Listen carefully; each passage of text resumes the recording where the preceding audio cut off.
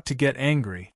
Unexpectedly, Wuji said with a face full of smiles, "Boss Shadowing Sunglow, you have to listen carefully. After we leave, you have to tell the brothers. Otherwise, if everyone is rude to you, don't blame us." Even though Wuji's voice wasn't loud, he used a loudspeaker and his words were clearly heard by everyone present. In an instant, everyone's gazes landed on sun-covering glow. Shadowing Sunglow was shocked when he heard Wuji's words. He immediately knew that he had fallen into a trap. He pointed at Wuji and said, "Are you trying to sow discord? I will kill you." As he said this, Shadowing Sunglow took out a dagger and stabbed it at Wuji. However, Wuji had a group of Chuanjin experts protecting him. How could he let Shrouding Sun Xiaoguang's hand get to him? Wang Yu casually grabbed Shrouding Sun Xiaoguang and forcefully lifted him up. Shrouding Sun Xiaoguang was immediately flipped by Wang Yu and fell to the ground. Wuji looked at Shadowing Sunglow condescendingly and said, "Boss Shadowing Sunglow doesn't want to kill me in the game, right?" Shadowing Sunglow's spirit and body suffered a double blow at this time. He lay on the ground as if he had gone mad. He waved his limbs and shouted, "Don't fall into the trap. He is trying to sow discord." Seeing this scene, the pursuers were all dumbfounded. At this time, they didn't know who to believe. Although everyone's goal was the same, they were not a group of people. The people of Chuanjin could not be trusted. Could Shadowing Sunglow, who came to kill others for the sake of the strategy, be trusted? Of course, after chasing Chuanjin for so long, these people knew that the people of Chuanjin were extremely cunning and could not be trusted. So, they quickly divided into two factions and guarded against each other. However, although they were on guard, the encirclement was not chaotic. It was just that the target of the encirclement was now Shadowing Sunglow's group. Shadowing Sunglow stared angrily at Wuji at this time and said, "So what if you set me up? You still can't leave." "Is that so?" Wuji raised his eyebrows. He looked at Shadowing Sunglow and said faintly, "Wait a minute. Do you have reinforcements?" Shadowing Sunglow was stunned when he heard this. "Yes." Wuji nodded. At this moment, the whole sky was reflected red by a flash of lightning, followed by a roar in the sky. "Who killed my child?" Everyone looked up and saw that a crack had appeared in the sky above them. A green monster tore the crack open and crawled out of it. Chapter 979. F***CK. What is this? Everyone was dumbfounded when they saw this phenomenon. A magic that could tear space. Was this one of Chuanjin's ultimate skills? It wasn't that they were ignorant, but the way the illusory demon appeared was too arrogant. This was the first time the players had seen such a flashy entrance. It wasn't just the players who surrounded Chuanjin's group. Apart from Yu Huiqing, Only a few players from the nearby main cities had seen the illusory demon boss. Although an illusory demon boss had appeared in Thorn City yesterday, only a few people had seen it because it was quite late. But very quickly everyone came to their senses. It's a boss. It's a boss. It's actually a boss. Although the illusory demon's entrance was flashy, it was only level 50. A simple detect spell was enough to reveal its true form. Wuji fanned the flames. That's right, this is a boss. Can drop all kinds of cloaks. Drop cloaks? Hearing Wuji's words, everyone's eyes turned red. Right now, not even a single cloak fragment could be obtained, let alone a cloak. Wuji's words could not be trusted, but this illusory demon was definitely not fake. Even the illusory demon monsters on the street could drop cloak fragments. This illusory demon's entrance was flashy, so it wasn't impossible for it to drop cloak. At the very least, it wouldn't drop fewer items than the monsters. For a moment, everyone's eyes fell on the boss, ignoring Chuanjin's group. At this moment, a white light suddenly floated in the crowd, followed by a shout, F***CK, who's stabbing us in the back? Do they want to take the boss for themselves? At the same time, white lights floated in the other directions of the encirclement, along with similar shouts. F***CK, be careful of the people next to you. Hearing the commotion around them, the players surrounding the Quan Zhen sect were shocked. They hurriedly scanned their surroundings, then stood back to back with their companions, forming a defensive formation. In just a few dozen seconds, all the teams had returned to their respective camp. The encirclement that had originally surrounded the Quan Zhen sect had become riddled with holes and loopholes. It couldn't be helped. In front of a boss, morality was useless. Strangers beside you could stab you in the back at any time. Right now, the only people you could trust were your friends in the party.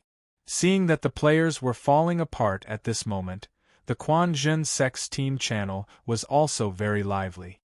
Haha, why is Dao Shue's acting so exaggerated? North Cuu commented on Ming Jian Dao Shue's voice.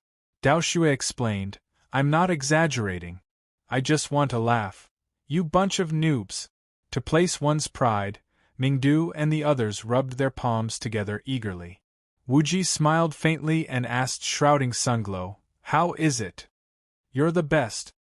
Shrouding Sunglow sighed and gave Wuji a thumbs up. In terms of numbers, Chuanjin and the others were definitely at an absolute disadvantage. No matter how strong Chuanjin and the others were, they had no way of fighting back against an opponent that was a few hundred times their number. However, Wuji saw through these people's weakness, disunity. Where there were people, there would be conflict. Even players from the same guild would have small conflicts on normal days, not to mention that the players came from different main cities and guild. The pursuers had a lot of people to begin with, and they weren't familiar with each other. It was impossible for them to understand each other and unite against the enemy in just one day. Wuji used this one and only weakness. First, he broke the opponent's mentality. Then, he used the disagreement between them to make everyone distrust each other. Finally, he threw out the boss's benefit. In the face of benefits, these people who weren't united in the first place naturally wouldn't hide it anymore. After these three moves, the player alliance completely collapsed. Shrouding Sunglow was completely convinced by Wuji. In the face of such a powerful opponent, ordinary people probably couldn't bear the pressure and surrendered.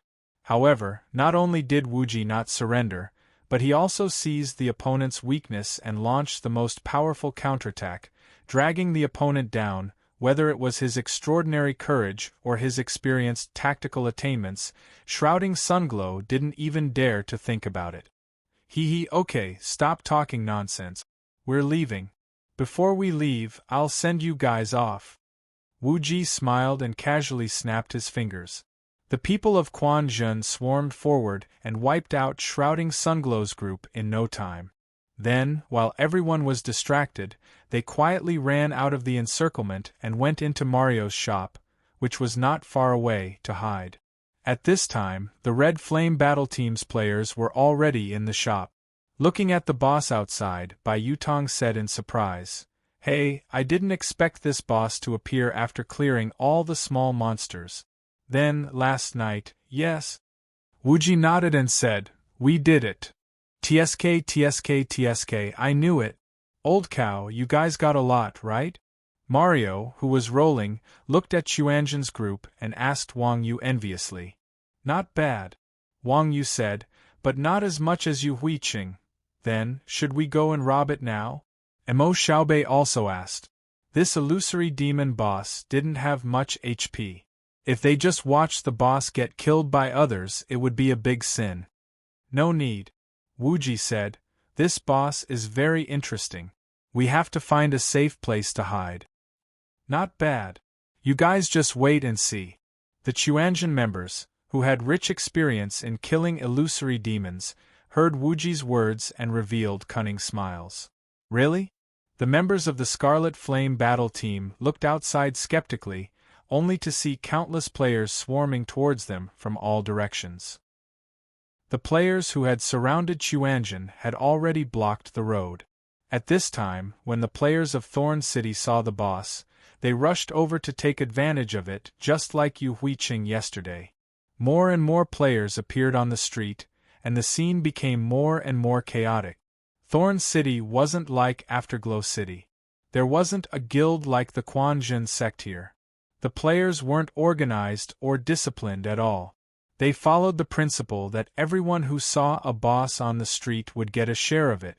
Anyone who passed by would casually touch the boss. Under the siege of so many players, the illusory demon was beaten into its second form in a few minutes. Suddenly, the weather changed, and the entire Thorn City looked like it was the end of the world. The players on the street all turned into green illusory demons. F***CK. Is this guy a god-tier boss?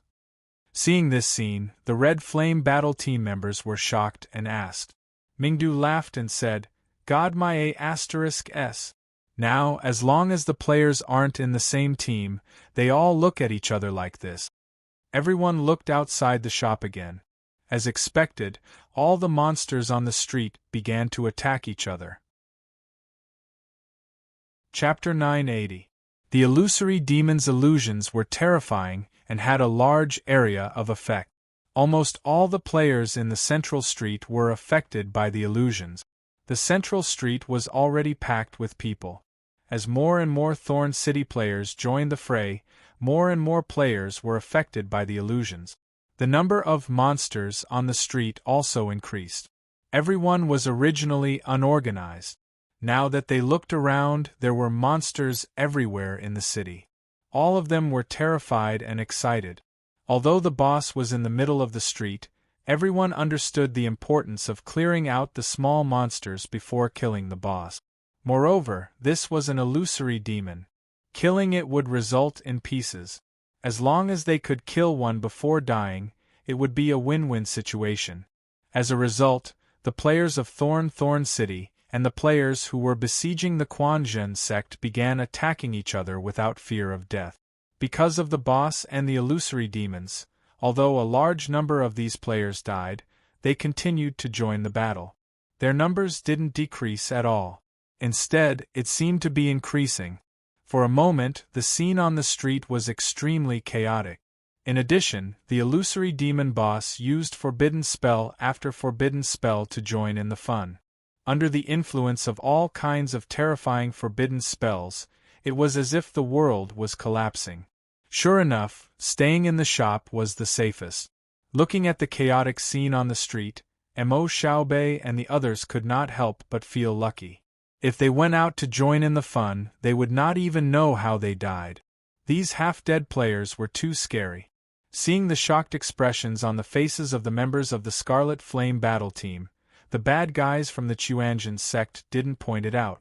In the end, it was Wang Yu who was more honest and said to the rolling Mario, "Actually, this is just an illusion." "Illusion?" Hearing Wang Yu's words, Mario and the others immediately received the notification that the illusion had been removed. When they looked outside, they saw that the monsters on the street had all disappeared and were replaced by players attacking each other. In the center of the battle, a short illusory demon was waving its staff, baring its fangs and adding fuel to the fire. Damn! This boss is too scary. Seeing the illusory demon reveal its true form, Mario and the others could not help but sigh. Although the skills used by the illusory demon did not have much damage, the effects of these types of skills were definitely not any weaker than the forbidden spells of those god-tier bosses. After all, in this world, players were the most terrifying. To be able to make players kill each other, such a skill was simply a bug. Are we just going to watch from here? Mo Xiaobei asked Wuji helplessly when she saw the increasing number of players outside. Wuji said casually, "Let's wait and see. We'll kill the boss when they're angry." Kill the boss. Hearing Wuji's words, Bai Yutong could not help but pout. How do we get there now? Currently, there were countless players outside. There was no more space on the street and no one could squeeze in. In such a situation, it was unrealistic to charge through the battlefield and reach the innermost area. Not to mention the fact that everyone was attacking each other and couldn't differentiate between friend and foe. Even if an assassin hid herself, she would probably get pregnant from the squeezing. It's okay, we have Old Cow. Wuji laughed. In the end, chaos would always end with order. The adaptability of the players was still very strong. Even if most of the players had lost their minds due to the shards, there were still quite a number of clear-headed players. As the large number of players died, a portion of the players began to realize the strength of this boss. After everyone revived, they began to consciously form groups before entering the battlefield. Not long after, the chaotic scene gradually became organized and orderly. Wuji had been paying attention to the changes in the battlefield from the beginning. When he saw that the chaotic scene was gradually under control, he smiled faintly and said to Wang Yu, "All right, it's time to reel in the net." "Okay." Wang Yu nodded, opened the door of the shop and ran to the street. When the players on the street saw Wang Yu, they swarmed over like bees. Wang Yu did not even look at them as he stepped on the wall and ran to the roof. Then, without waiting for the players below to react, Wang Yu had already run to the position of the boss. At this time, the players' battlefield had expanded too much. Wang Yu ran on the roof for a distance before running to a position that was closer to the boss. Then, Wang Yu used Qinggong and flew to the side of the boss in a few leaps. When the illusory demon saw Wang Yu flying over, it waved its staff and began to brag and shout forbidden spells. Milky Way Starburst, Fire Phoenix Prairie Fire, cough cough, retard. Wang Yu did not have time to listen to it. He reached out and grabbed the illusory demon's throat, lifted it up, and flew to the roof, away from the player's sight. When Wang Yu flew to the roof, the Quan Zhen people had been waiting for a long time. The second stage of the illusory demon boss was already very weak, and everyone was familiar with it. After a series of wild attacks, the illusory demon boss was turned into flying ashes. The 50 all-purpose shards were obtained, and the illusions on the street were also dispelled. The players who were attacking each other were all stunned when they saw their opponents. What the F***ck is going on? It was the first time that most of the players had encountered such a strange scene. Some of the more experienced players said, "Meow, did we fall for the boss's illusion?" Since the boss's name was Illusory Demon, using illusion to explain it was very reasonable and logical. Hearing this explanation, everyone suddenly understood. Illusion. F***ck, we died so many times, so it was an illusion. The sudden realization did not mean that everyone felt better. The previous battle was too tragic, and the average death count was as high as 5 times. Because of this boss, there were players who died and lost levels. Now that they knew that they had been tricked, there was no need to mention the resentment in their hearts. With resentment, they naturally had to find someone to vent it on. The opponent in front of them was the opponent from before.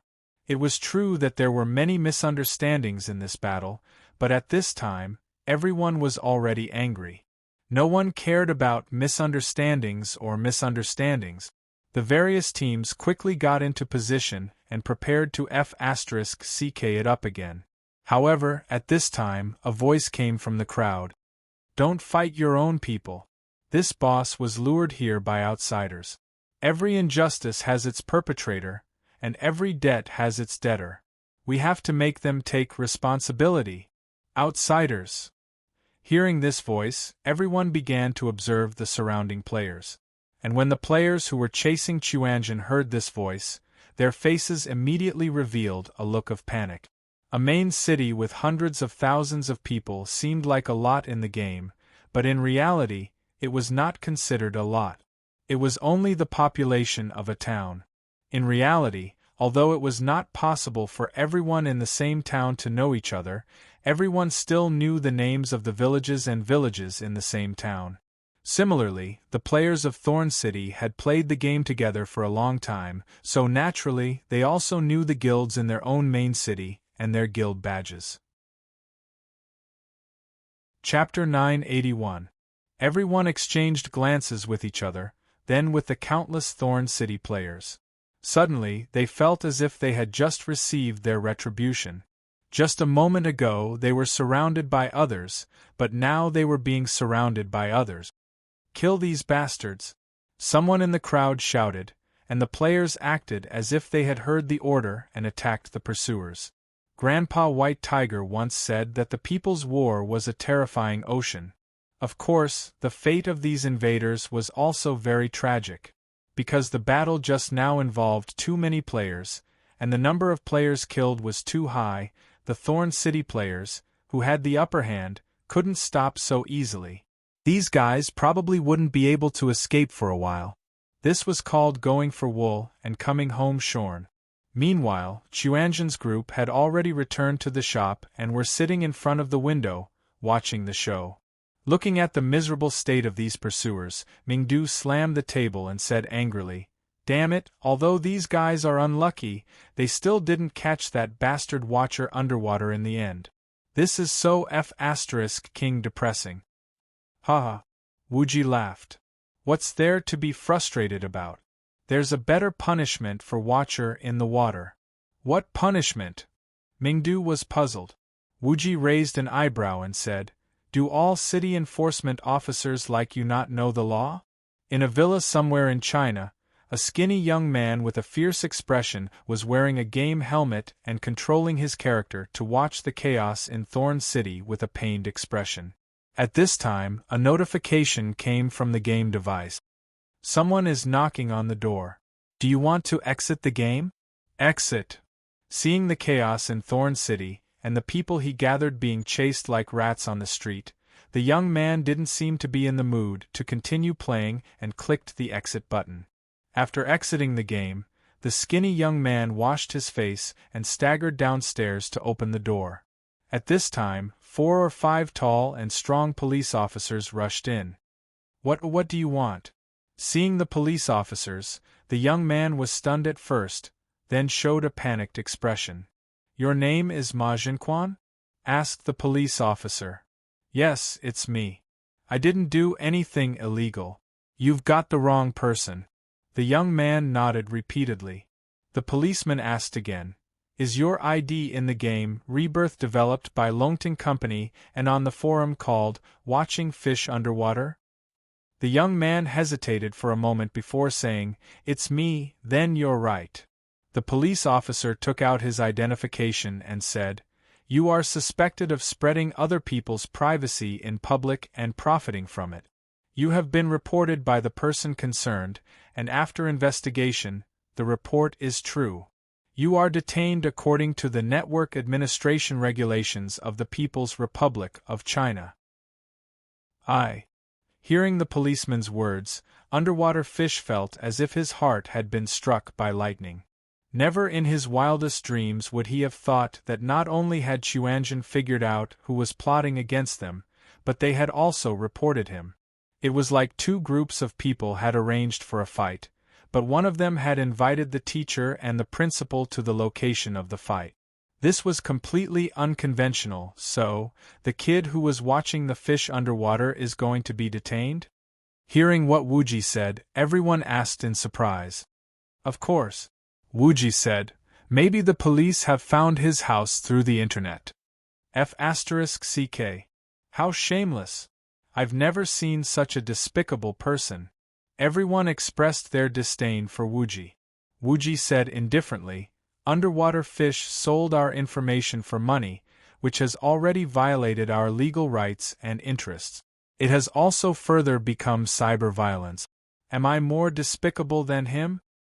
This. Everyone thought about it and immediately changed their words. This idiot deserves it. Indeed, no matter how despicable the people from Chuanjin were, it was built on the foundation of games. They had never touched the bottom line of the law and morality. There were many rules on the internet, and underwater fish did not abide by these rules when he cheated Dugu Shaoling of her equipment or sold Chuanjin's information for money. To deal with such people, it was better to put them in detention for a few days than anything else. Hint: if you encounter cyber violence, you must look for the police. To place one's pride said, if we knew that Wuji had reported that bastard, we wouldn't have had to go through so much trouble to plot against these guys. It's different. Chun Xiang explained, these people aren't underwater fish's underlings. The life and death of underwater fish has nothing to do with them. But if they die, it will have something to do with underwater fish, added Wang Yu. Wow, Wuji is so evil. To place one's pride immediately understood. The tragedy at Thorn City was all because of underwater fish. Now, not only were Golden Full Hall and a dozen other guilds involved, but there were also several hundred guild players from other major cities.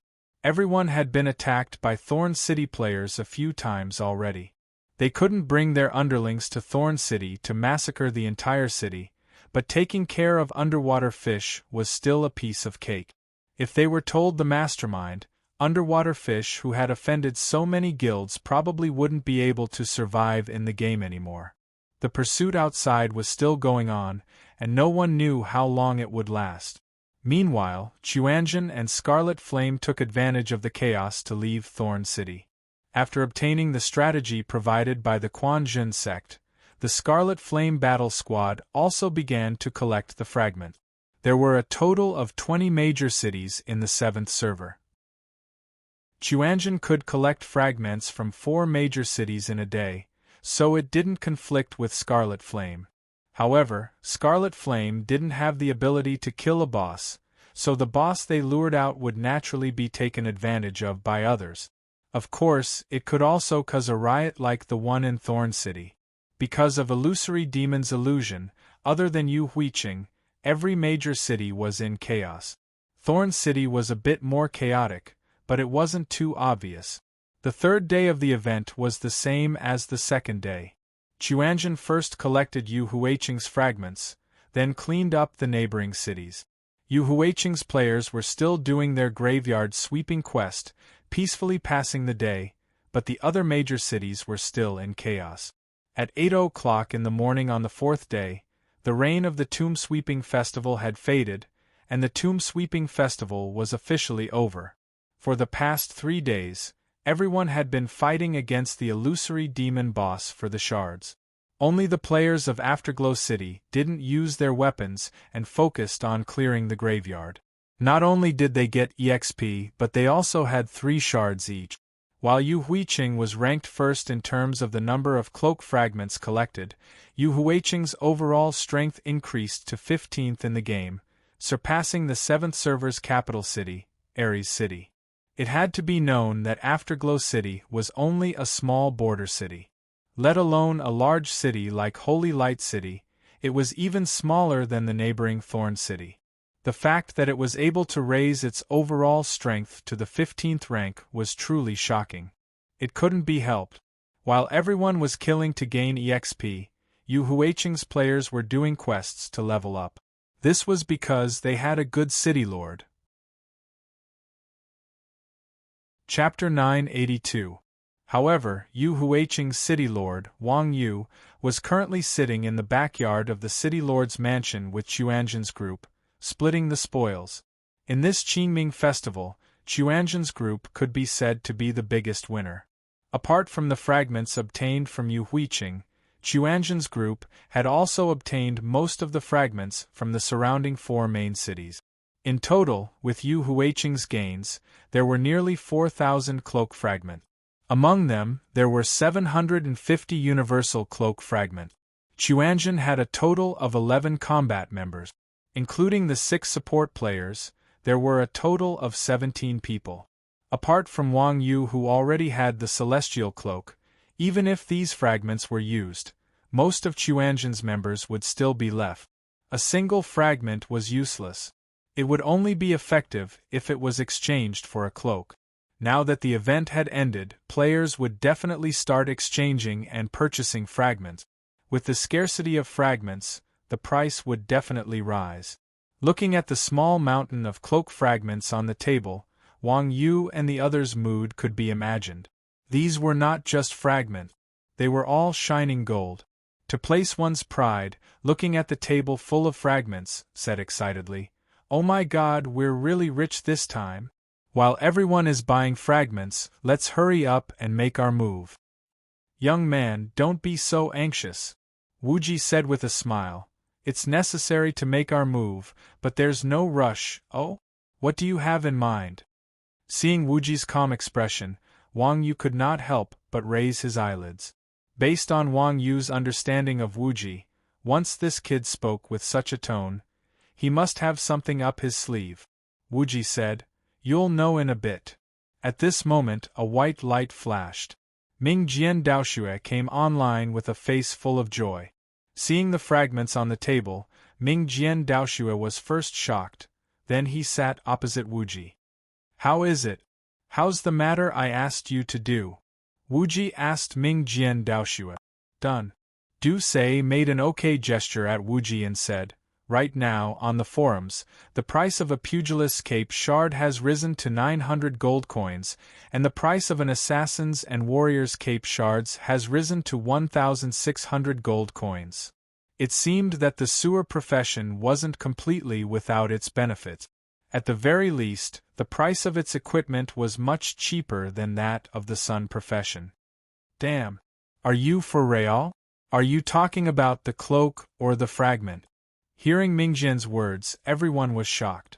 Currently, gold-grade equipment was only worth around 1,000 gold coins.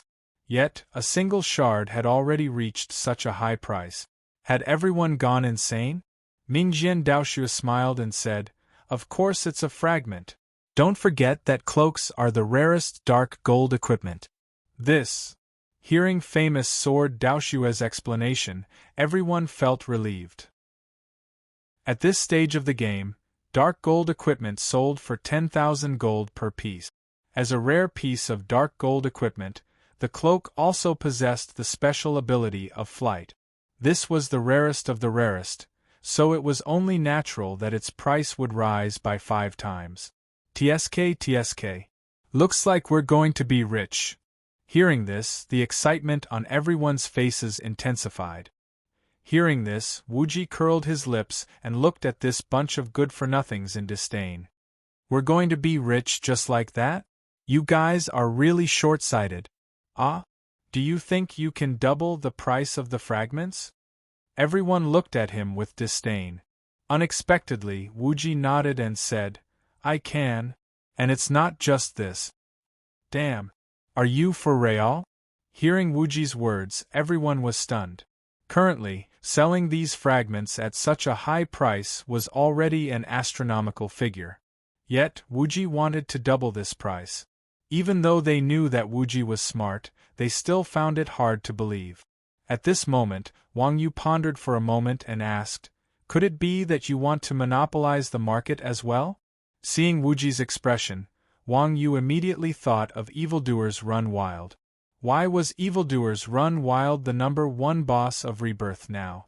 It was because this guy wanted to monopolize the market and monopolize the most profitable industries in the game, such as mines. From this, it could be seen that in this virtual world, only by monopolizing the market resources could one firmly grasp the profits. Haha. Hearing this, Wuji snapped his fingers and said, as expected of someone from a rich family, Old Cow is born with a brain for business. Not bad, we have this condition now, which is to monopolize the market. Yes. Mingjian Daoshu also nodded and said, I've already posted on the forums of the various main cities to buy the fragments. This. Chun Xiang pondered for a moment and said, the game is so big, we're definitely not the only ones asking to buy it. How do we monopolize it? Putting aside the fact that Chuanjian's financial resources could not compete with the other big guilds for resources, even if the players were to sell the fragments, it would be based on the principle of proximity. Chuanjian's reputation in Yuhuiqing was still good, but outside of Yuhuiqing, their reputation was in disarray. They could not compare to the influence of the other big guilds in their respective main cities. Even if they sent out a post asking to buy the fragments, it would probably be of no use. Wuji chuckled and said, hee, the news on the forums is just a bluff to divert the attention of those people. We just need to monopolize the resources of Yuhuiqing. Yuhuiqing? F***ck. Wuji, you're really a sly old fox. Hearing Wuji say this, everyone instantly understood. In this event, the players of Yuhuiqing could be said to have definitely profited. Because Wang Yu was the castellan of Yuhuiqing, every player in Yuhuiqing would obtain a fragment every day. Yuhuiqing had more than 300,000 players, and in 3 days, Yuhuiqing had obtained millions of fragments. Moreover, the fragments obtained by the other 299 main cities in the game combined was only 1/3 of what Yuhuiqing had. With such a huge amount of resources, did they still need to go to the forums to buy? As the saying went, the right time, the right place, and the right people. With such a good monopoly, if they did not do it, based on the character of the people of Chuanjian, it would be the same as throwing away a mountain of gold. Millions of fragments. Where are we going to get so much initial capital? Wang Yu asked as he rubbed his chin. Take the cheapest Grandmaster of Combat fragment for example, one piece cost around 1,000 gold. Millions of fragments. This was probably something that only the richest people could play with. Old Cow, you're worrying too much. Hearing Wang Yu's words, everyone could not help but laugh. Our target is the normal players without a guild. Lu Sun once said, don't let the goodies flow into the fields of outsiders. Players with guilds would naturally have their fragments bought by the guilds to equip elite players. How could outsiders get their hands on them? It was Wang Yu's first time playing a game, so it was reasonable that he did not understand the rules of the guild. The people of Chuanjian were all old foxes, so naturally, they would understand. Rebirth was a game that emphasized teamwork. Naturally, there were countless guilds. In Afterglow City, there were only a few solo players who didn't have a guild. Chapter 983. These individual players did not have many shards in their hands. The upper limit was only tens of thousands of shard. However, based on the current trend, the main cities other than Yuhuiqing were even more lacking. After all, the other main cities were not like Yuhuiqing, where shards fell from the sky. How could individual players have the ability to compete with guild players for shards? Even the smaller guilds probably did not have a chance. Moreover, the more main cities there were, the more big guilds there would be, and the demand would be even greater. This amount of shards was not enough for those big guilds to form a team, not to mention the leftovers to sell.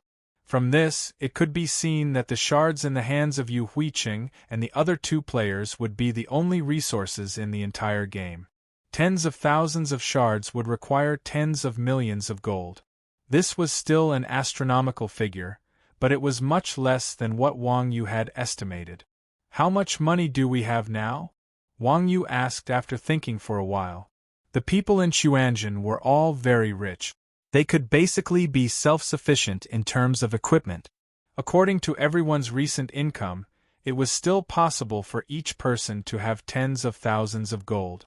However, things like gold coins were constantly depreciating. Most people would keep some gold coins for turnover and sell the rest for cash through online auctions. Therefore, they did not have much cash on hand. Wuji waved his hand and said, "Money doesn't matter. We can borrow from the system first." And Wang Yu nodded and said, "That's a good idea."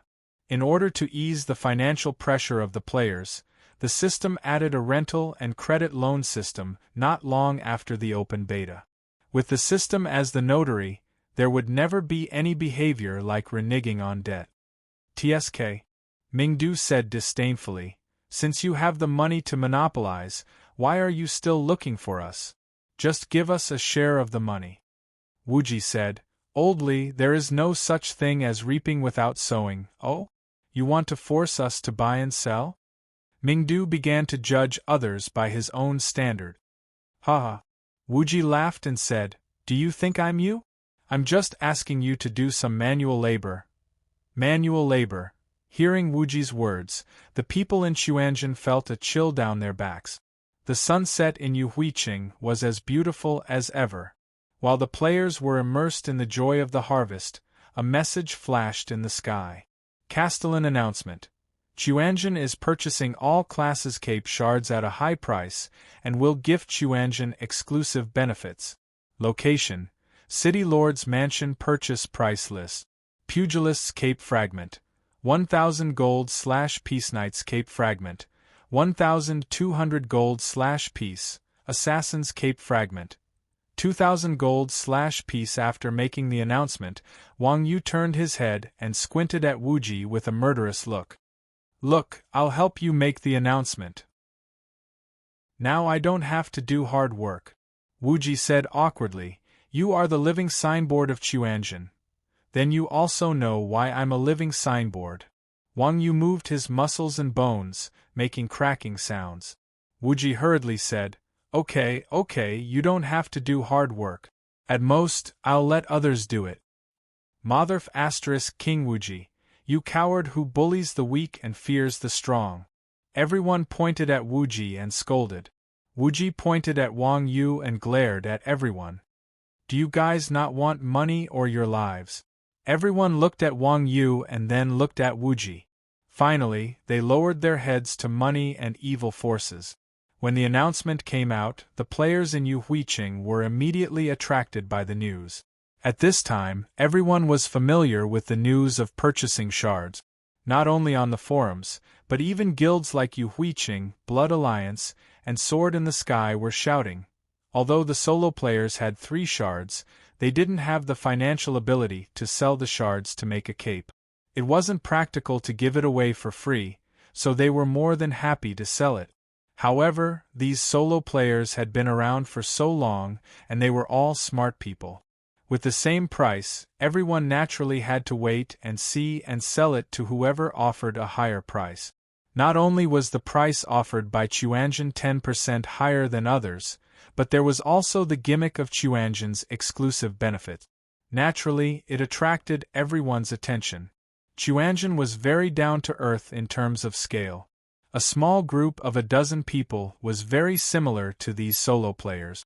Now that they were able to reach this stage, they were definitely the role model of the weak group, the idol of the small group, the hope of the solo players, and the star of Yuhuiqing.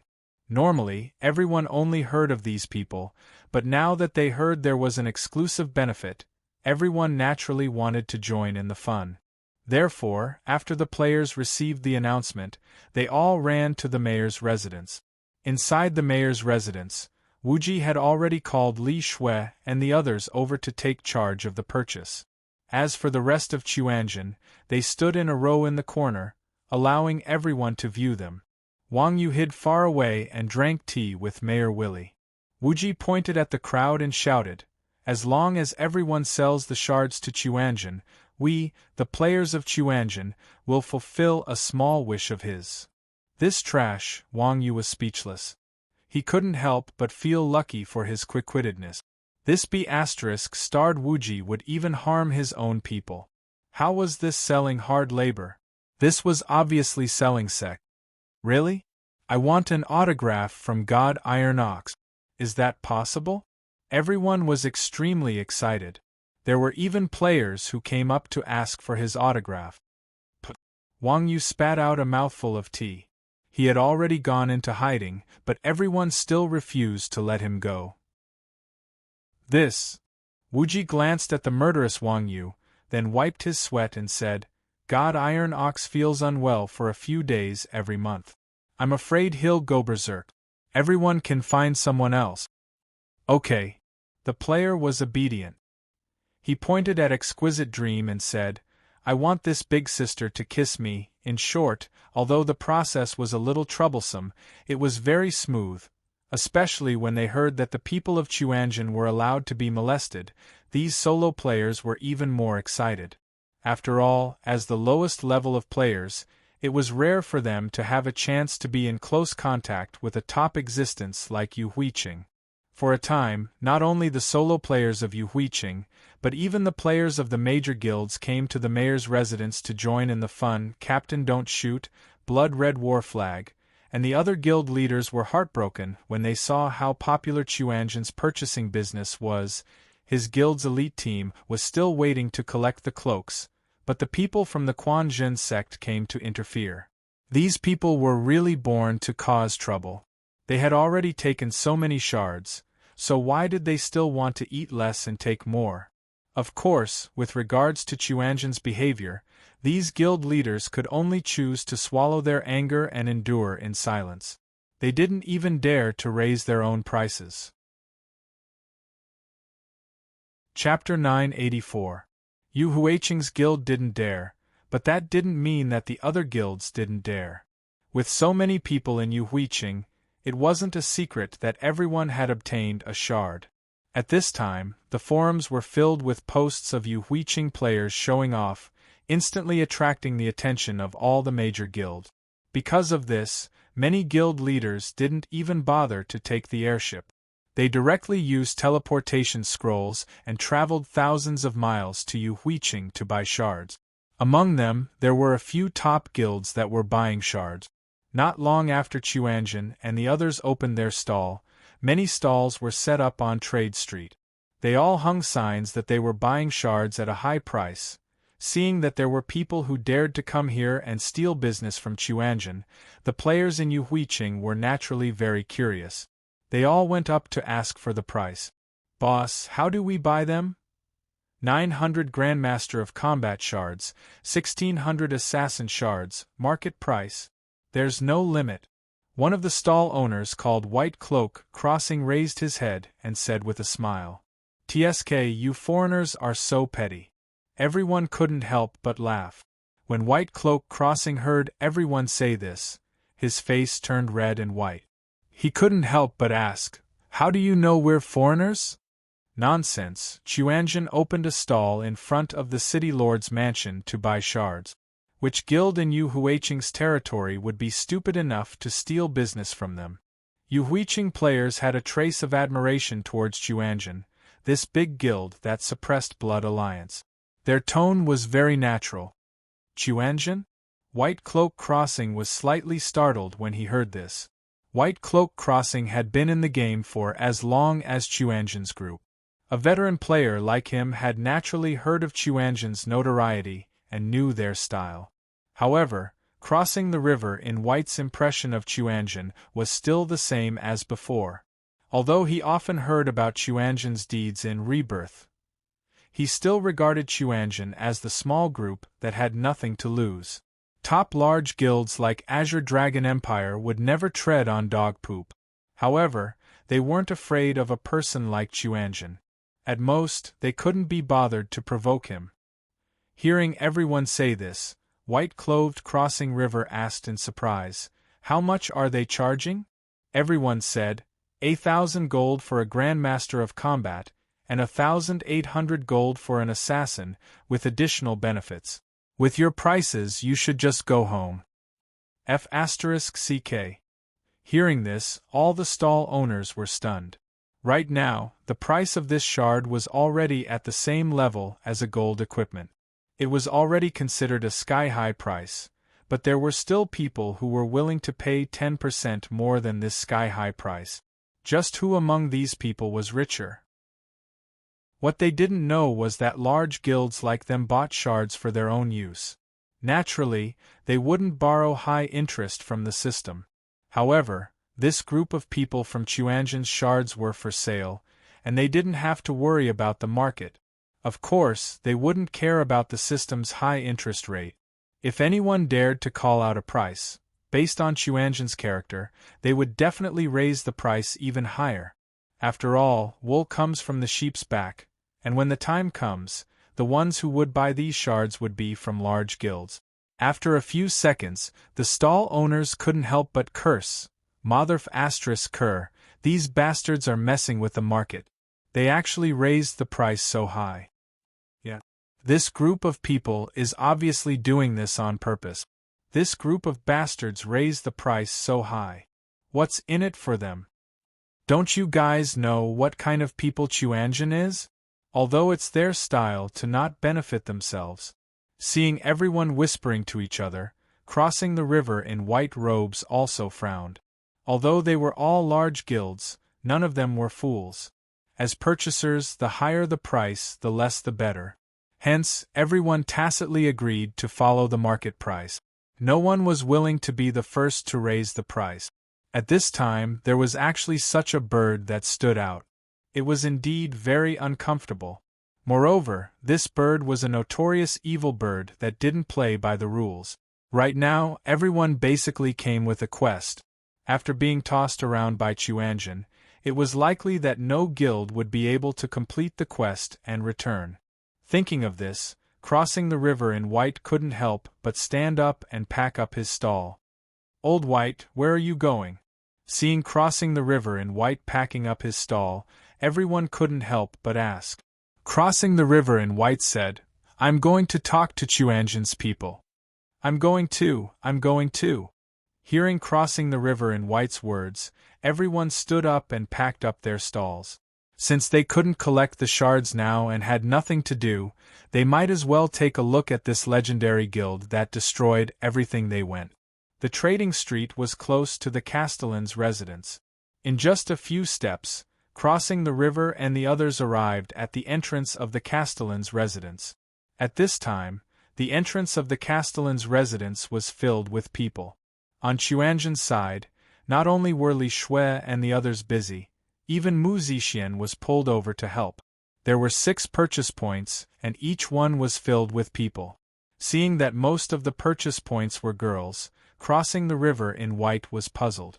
Since when did Chuanjian become a group of girls? Therefore, he curiously asked the Yu Huiqing player beside him, "Where are the people from Chuanjian?" "Over there." The player smirked and pointed to the corner of the wall. Crossing the River in White looked in the direction of the player's finger and saw Wuji's group standing at the foot of the Castellan's residence's wall, interacting with the players, allowing the players to tease them. Of course, the so-called teasing was limited to a series of intimate actions. For example, the corpses of the players who asked for a kiss from Exquisite Dream or Yang Na were still warm. However, when Crossing the River in White and the others saw this scene, their gazes changed from yearning to disdain. These people were the middle and upper echelons of the major guild. Normally, they were all high and mighty existences. Not only did they mingle with these useless solo players, they even ignored the normal players of their own guild. Therefore, in their hearts, experts should act like experts. The behavior of people like Chuanjian's group was basically no different from clowns. When they thought about how these clowns stole their business, Crossing the River in White and the others were furious. They quickly walked in the direction of Wuji's group. "Which one of you is the boss of Chuanjian?" Crossing the River in White and the others unceremoniously pushed through the crowd and pointed at the people of Chuanjian. I am. When Crossing the River in White said this, the people of Chuanjian subconsciously raised their hands to answer. Although Wuji was the leader of Chuanjian, these people all treated themselves as the boss. Crossing the River in White's expression darkened. They once again labeled the people of Chuanjian as undisciplined. This kind of person was worthy of being called an expert? It seemed that rumors were just rumors, they couldn't be taken seriously.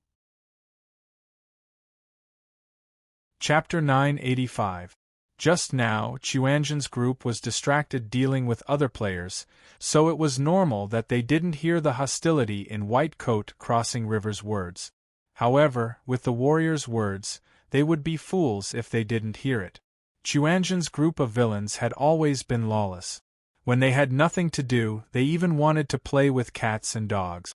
The grass on the grave of someone who acted so pretentiously last time was already 3 feet high. Especially now, everyone was forced to sell their bodies and bodies for money. They had nowhere to vent their anger. Hearing the warrior's words, everyone's attention was drawn to him. "What did you say? I didn't hear you clearly." Mingdu tilted his ear and asked. The warrior sneered. "I said let you, boom?"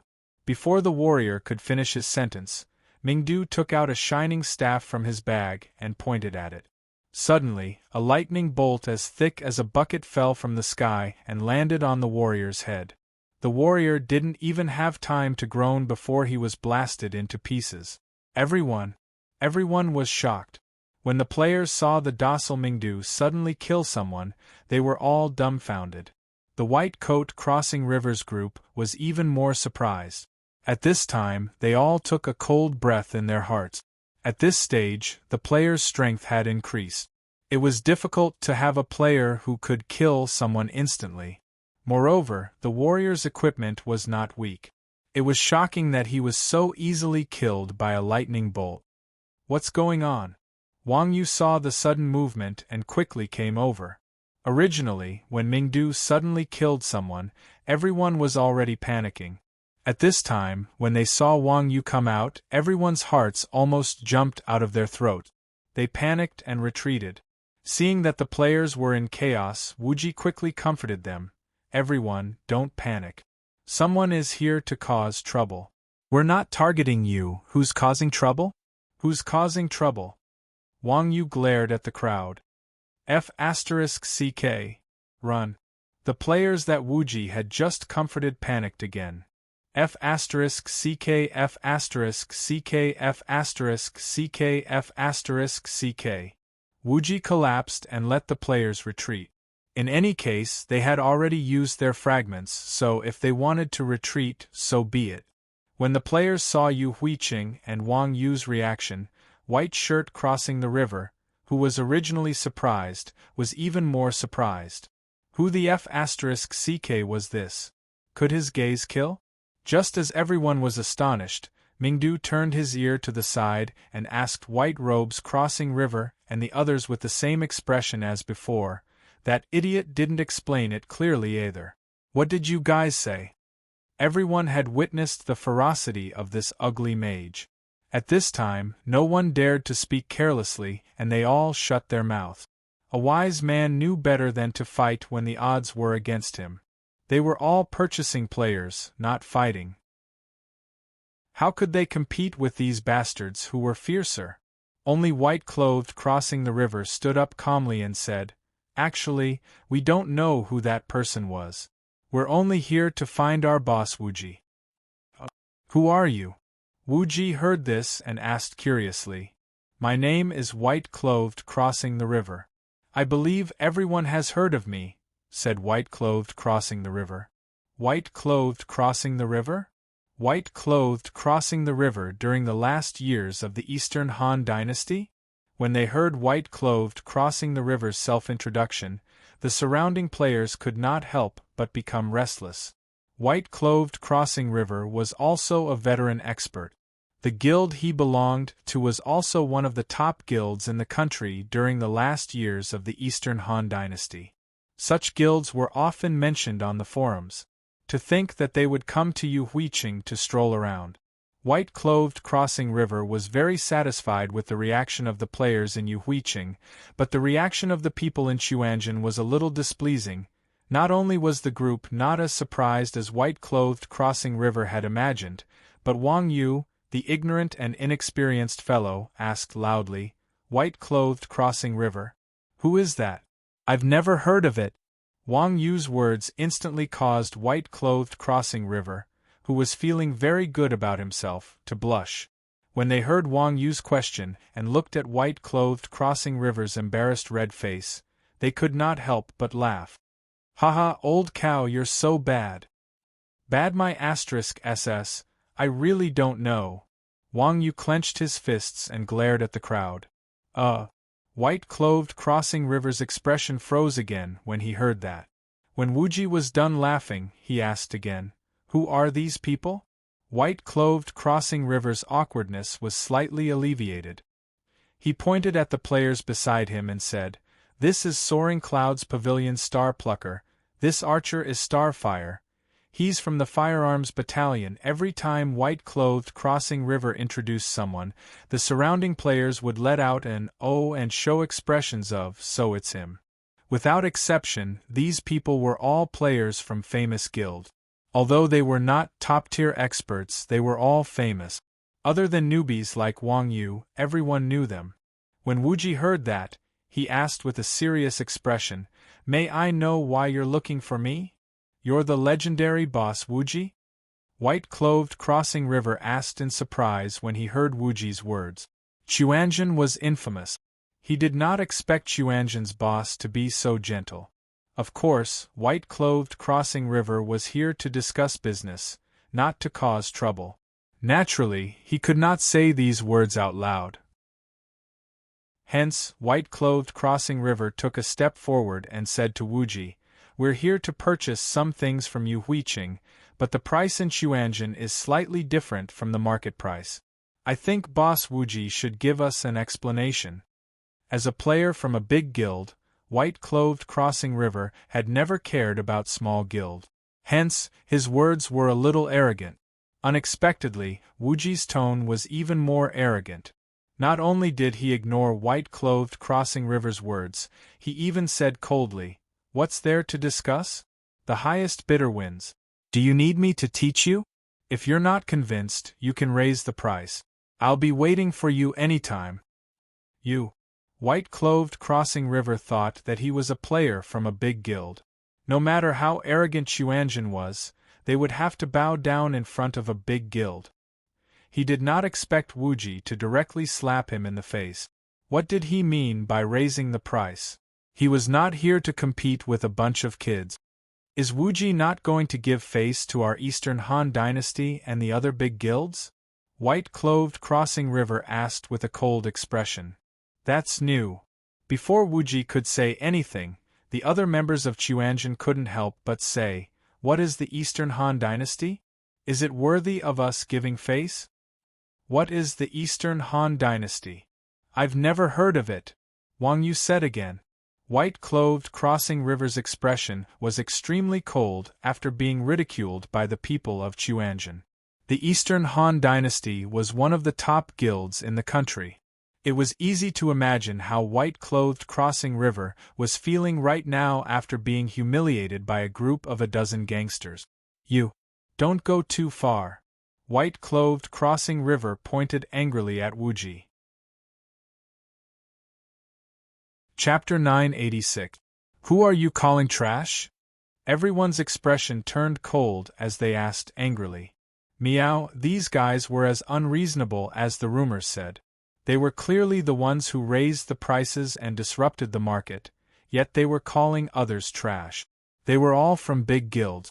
Which one of them wasn't a person whose word was law in their own city? How could they endure being mocked by Wuji? Wuji pretended to be surprised and said, "Of course I'm calling you trash.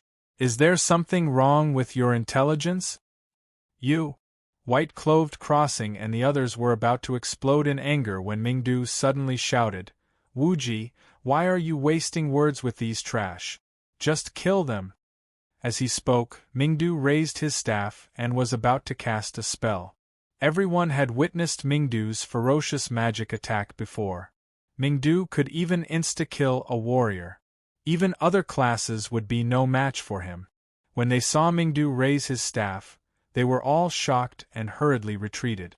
Although these people were used to being domineering, they weren't stupid. This was Yu Huiqing, not their territory. Even if they were killed by Mingdu, they wouldn't be able to get back at him. Boss Wuji, is Chuanjin really going to make life difficult for us? White-clothed Crossing yelled after retreating out of Mingdu's attack range. Wuji still had the same expression as he said, "No one is going to make life difficult for anyone. I'll still say the same thing. The highest bidder gets it.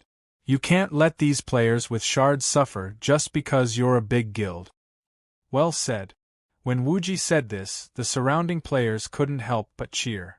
Although these unaffiliated players didn't have the right to speak, everyone understood in their hearts.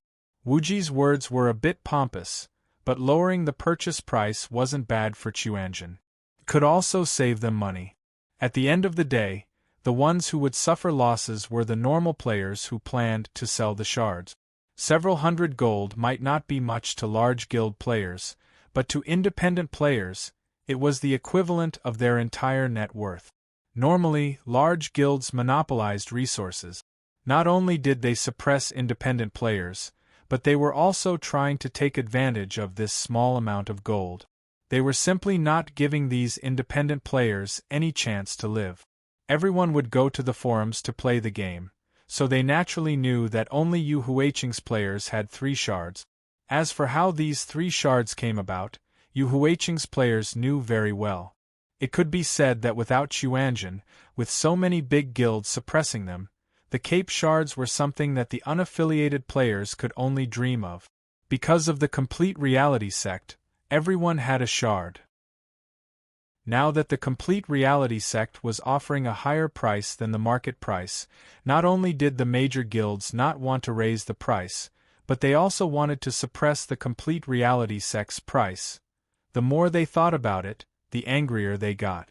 Seeing the behavior of White Crossing River and the others, and then thinking about how they were suppressed by the big guilds, these players grew angrier. The more they thought about it, the angrier they got. Seeing the behavior of White Crossing River and the others, and then thinking about how they were suppressed by the big guilds, these players grew angrier. Very quickly, the emotions of the surrounding players were stirred up. Boss Wuji is right. You big guilds are nothing. My fragment was given to me by the Quanzhen sect in the first place. I should even give it to the Quanzhen sect for free. I definitely won't sell it to you bastards. That's right. Goddamn it, I won't fight for it. Even if you pay me 2,000 gold, I won't sell it to you. Looking at the angry crowd, Bai Du Jiang and company didn't know what to do. They never expected that Wuji would actually turn the tables on them. After what Wuji had done, they no longer cared about the coins. What they cared about was the oppression they had suffered from the big guild. At this moment, not to mention the fact that the Quanzhen sect didn't lower their prices, even if everyone raised their prices, these players probably wouldn't care about them. White Crossing River looked at Wuji, inwardly shocked. With just a few words, Wuji had stirred up the players' emotions. He had even made them pay for it. This scheme, it was no wonder Chuanjin could run amok in the gaming circle for so many years. Even after provoking so many enemies, they still got away scot-free. It seemed that it was not without reason. Since Boss Wuji isn't willing to give us face, we have no choice but to return. White Crossing River knew that he had suffered a crushing defeat and that there would be no outcome if he continued to fight. He might even get beaten to death. Hence, he could only cup his hands at Wuji. We're leaving, just like that? Hearing White Crossing River's words, the others had complicated expressions. They had come all the way here to collect shards. Not only did they not receive a single piece, but they were also scolded for being trash. What the heck was this? Wasn't this just to be despicable? White Crossing River sighed. What else can we do? This is Yu Huiqing. Hearing this, everyone was speechless. As the saying went, a powerful dragon could not suppress a snake in its own territory. No matter how amazing these people's guilds were, they only had tens of thousands of people. No matter how bold they were, they wouldn't dare to provoke Yu Huiqing. A gentleman's revenge was never too late. They didn't believe that these people from Chuanjian would stay in Yuhuiqing for the rest of their lives. Don't be in such a hurry to leave. Seeing that White Crossing River and the others were about to leave, Wuji suddenly said. White Crossing River turned around and asked, Boss Wuji, is there anything else? Seeing that you guys came all the way here, you can't go back empty-handed, right? I have some shards here. Do you want them? Wuji asked with a smile. What's the price? White Crossing River raised his eyebrows and asked. Wuji smiled. 1,500 gold for Grandmaster of Combat shards, 3,000 gold for Assassin shards. Boss Wuji, are you joking with us? You can be killed but not humiliated. Even if you don't want to sell, you don't have to do this. White Crossing River's face turned even uglier when he heard the price. 3,000 gold. A gold-grade assassin's weapon was only 3,000 gold. This broken shard cost 3,000 gold. It was double the market price. Only an idiot would buy such a ridiculous price. Hearing this, Wuji smiled. Why would I? I sincerely want to sell, and this is a friend's price. Forget it, we can't afford it. White Crossing River snorted coldly and turned to leave. The others followed closely behind. Seeing that they were leaving, Wuji wasn't surprised at all. Instead, he shouted from behind, If you want it, come find me. But it won't be a friend's price anymore. F***CK. Hearing this, White Crossing River almost stumbled and fell to the ground. Seeing White Crossing River's disheveled appearance, the others couldn't help but laugh. It was said that everything was afraid of comparison. With White Crossing River and the others as the villains, the image of Chuanjian's people was infinitely magnified in the hearts of these solo players. Chapter 987. Yuhuiqing had a large population base. Even if players without guilds made up a small portion of the population, there were still tens of thousands of people. Even though the Quanzhen sect had opened 6 trading points, they were still busy from morning until evening and still hadn't finished. However, seeing the increasing number of shards and thinking about the large amount of silver, everyone was tired and happy at the same time. Of course, Wuji, Mingdu, and the others were in pain and happiness at the same time. Wang Yu was also a soft-hearted person. Seeing Mingdu and the others being teased like beasts in a cage, he could not bear it. So, he sighed and left the Castellan's mansion early to train alone. Out of sight, out of mind, it was not until 9 o'clock at night, when Wang Yu came back from leveling up and went offline, that Wuji and the others in the Castellan's mansion finally finished their work. Seeing that everyone was finally free, Wang Yu was happy for them from the bottom of his heart. He laughed and asked, How was it? How's everyone's harvest today? Trash. Everyone gave Wang Yu the middle finger in unison. Meow, when we couldn't find you when we were working, you came to ask about the harvest when we were busy playing. I'm just asking. You won't lose anything. Wang Yu laughed. Hee hee. Wuji said excitedly. There are a total of 34,545 shards. Including ours, it's almost 38,000 shards, and that's not including the all-purpose shard. Not bad. It seems that our cohesiveness is quite strong. Wang Yu was slightly surprised. He did not expect Wuji and the others to be able to collect so many shards. Currently, Yuhuiqing had more than 10,000 solo players, which meant that almost all the shards that could be collected were here. It seemed that the group of people crossing the river in white was quite useful. Otherwise, with Chuanjian's reputation, it would be lucky if they could collect even half of the shard. Pfft. Everyone looked at him in disdain. It's all our credit. It has nothing to do with you. Do you dare to say that again? Wang Yu looked at everyone with a smile and held his wrist. Everyone could not help but cry. Damn, this despicable cow is getting worse. Old cow, you're actually level 50. Wuji suddenly saw Wang Yu's level, and could not help but ask. Wang Yu nodded and said, Yes, I've just reached level 50, and I haven't done the awakening mission yet. When Wang Yu reached level 50, she received a system notification that she had reached a bottleneck in her cultivation. She had to go to her mentor to accept and complete the awakening quest before she could continue leveling up. You came at the right time. Come, put on this cloak and fly around. As he spoke, Wuji took out a cloak and passed it to Wang Yu. Everyone was extremely envious. Meow, they had been working here for the whole day, but the one who didn't work was the one who wore a cloak first. What do you mean by this? Wang Yu knew that Wuji would cheat even his own people when he went crazy, so seeing Wuji being so enthusiastic, he could not help but be wary. What are you afraid of? Wuji smiled. It's just an advertisement. Chuanjin finally collected all the fragments. Naturally, they had to set a high price. Those big guilds would definitely hesitate when they saw such a high price, so they must put out the advertisement to attract buyers. The usage level of the cloak was level 50. With Wang Yu as a living sign, the attributes were much better than a specialized cloak. I see. Wang Yu nodded and said, I have a cloak myself.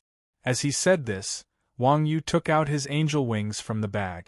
At the same time, in the office of the guild in the late Eastern Han Dynasty, the president, Drunken Forest, was listening to the report of crossing the river in white clothes. What? You didn't receive a single fragment? That can't be. Didn't we agree to let you collect at least 500? Hearing White Clothes crossing river, Wine Pool and Forest of Flesh stood up immediately. White Clothes crossing river said gloomily, I'm helpless too. Yu Huiqing's waters are deep. Someone is driving up the prices there. We can't do anything about it. Not only us, but even the people from Soaring Clouds Pavilion and Divine's Secret Pavilion didn't receive any. Hearing this, Wine Pool and Forest of Flesh were puzzled. Driving up the prices? Who dares to do that? Yu Huiqing only has one blood alliance. It's a bit difficult to deal with. Blood Red War Flag isn't stupid either. They actually dare to go against so many big guilds. It's not Blood Alliance, White Clothes Crossing River said.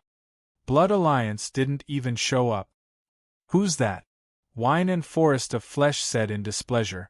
Can you King finish your sentence in one go? Crossing the river in white robes hurriedly said, It's the Quan Zhen sect. Chuanjin? Wine Pool and Forest of Flesh was stunned. Then he said in confusion, It's actually this group of unscrupulous people. You didn't tell them about our Eastern Han Dynasty's name? This. White Clothes Crossing River hesitated and said awkwardly, It's better not to say it. Wine Pool and Forest of Flesh did not get angry when they heard this. Instead, they nodded and said, Oh, that's true. These people don't listen to force or persuasion.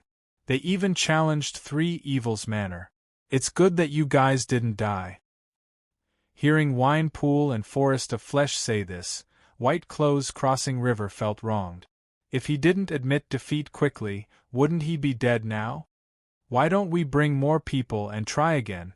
White Clothes Crossing River thought and asked. Although White Clothes Crossing River admitted defeat, he was still a little unconvinced. He wanted to bring some people to Yu Huiqing to get back at him. Who knew that Wine Pool and Forest of Flesh would say, If we can't get it, then we can't. If we can't get it, the other guilds definitely can't. Those people are not to be trifled with. We're just going to take it.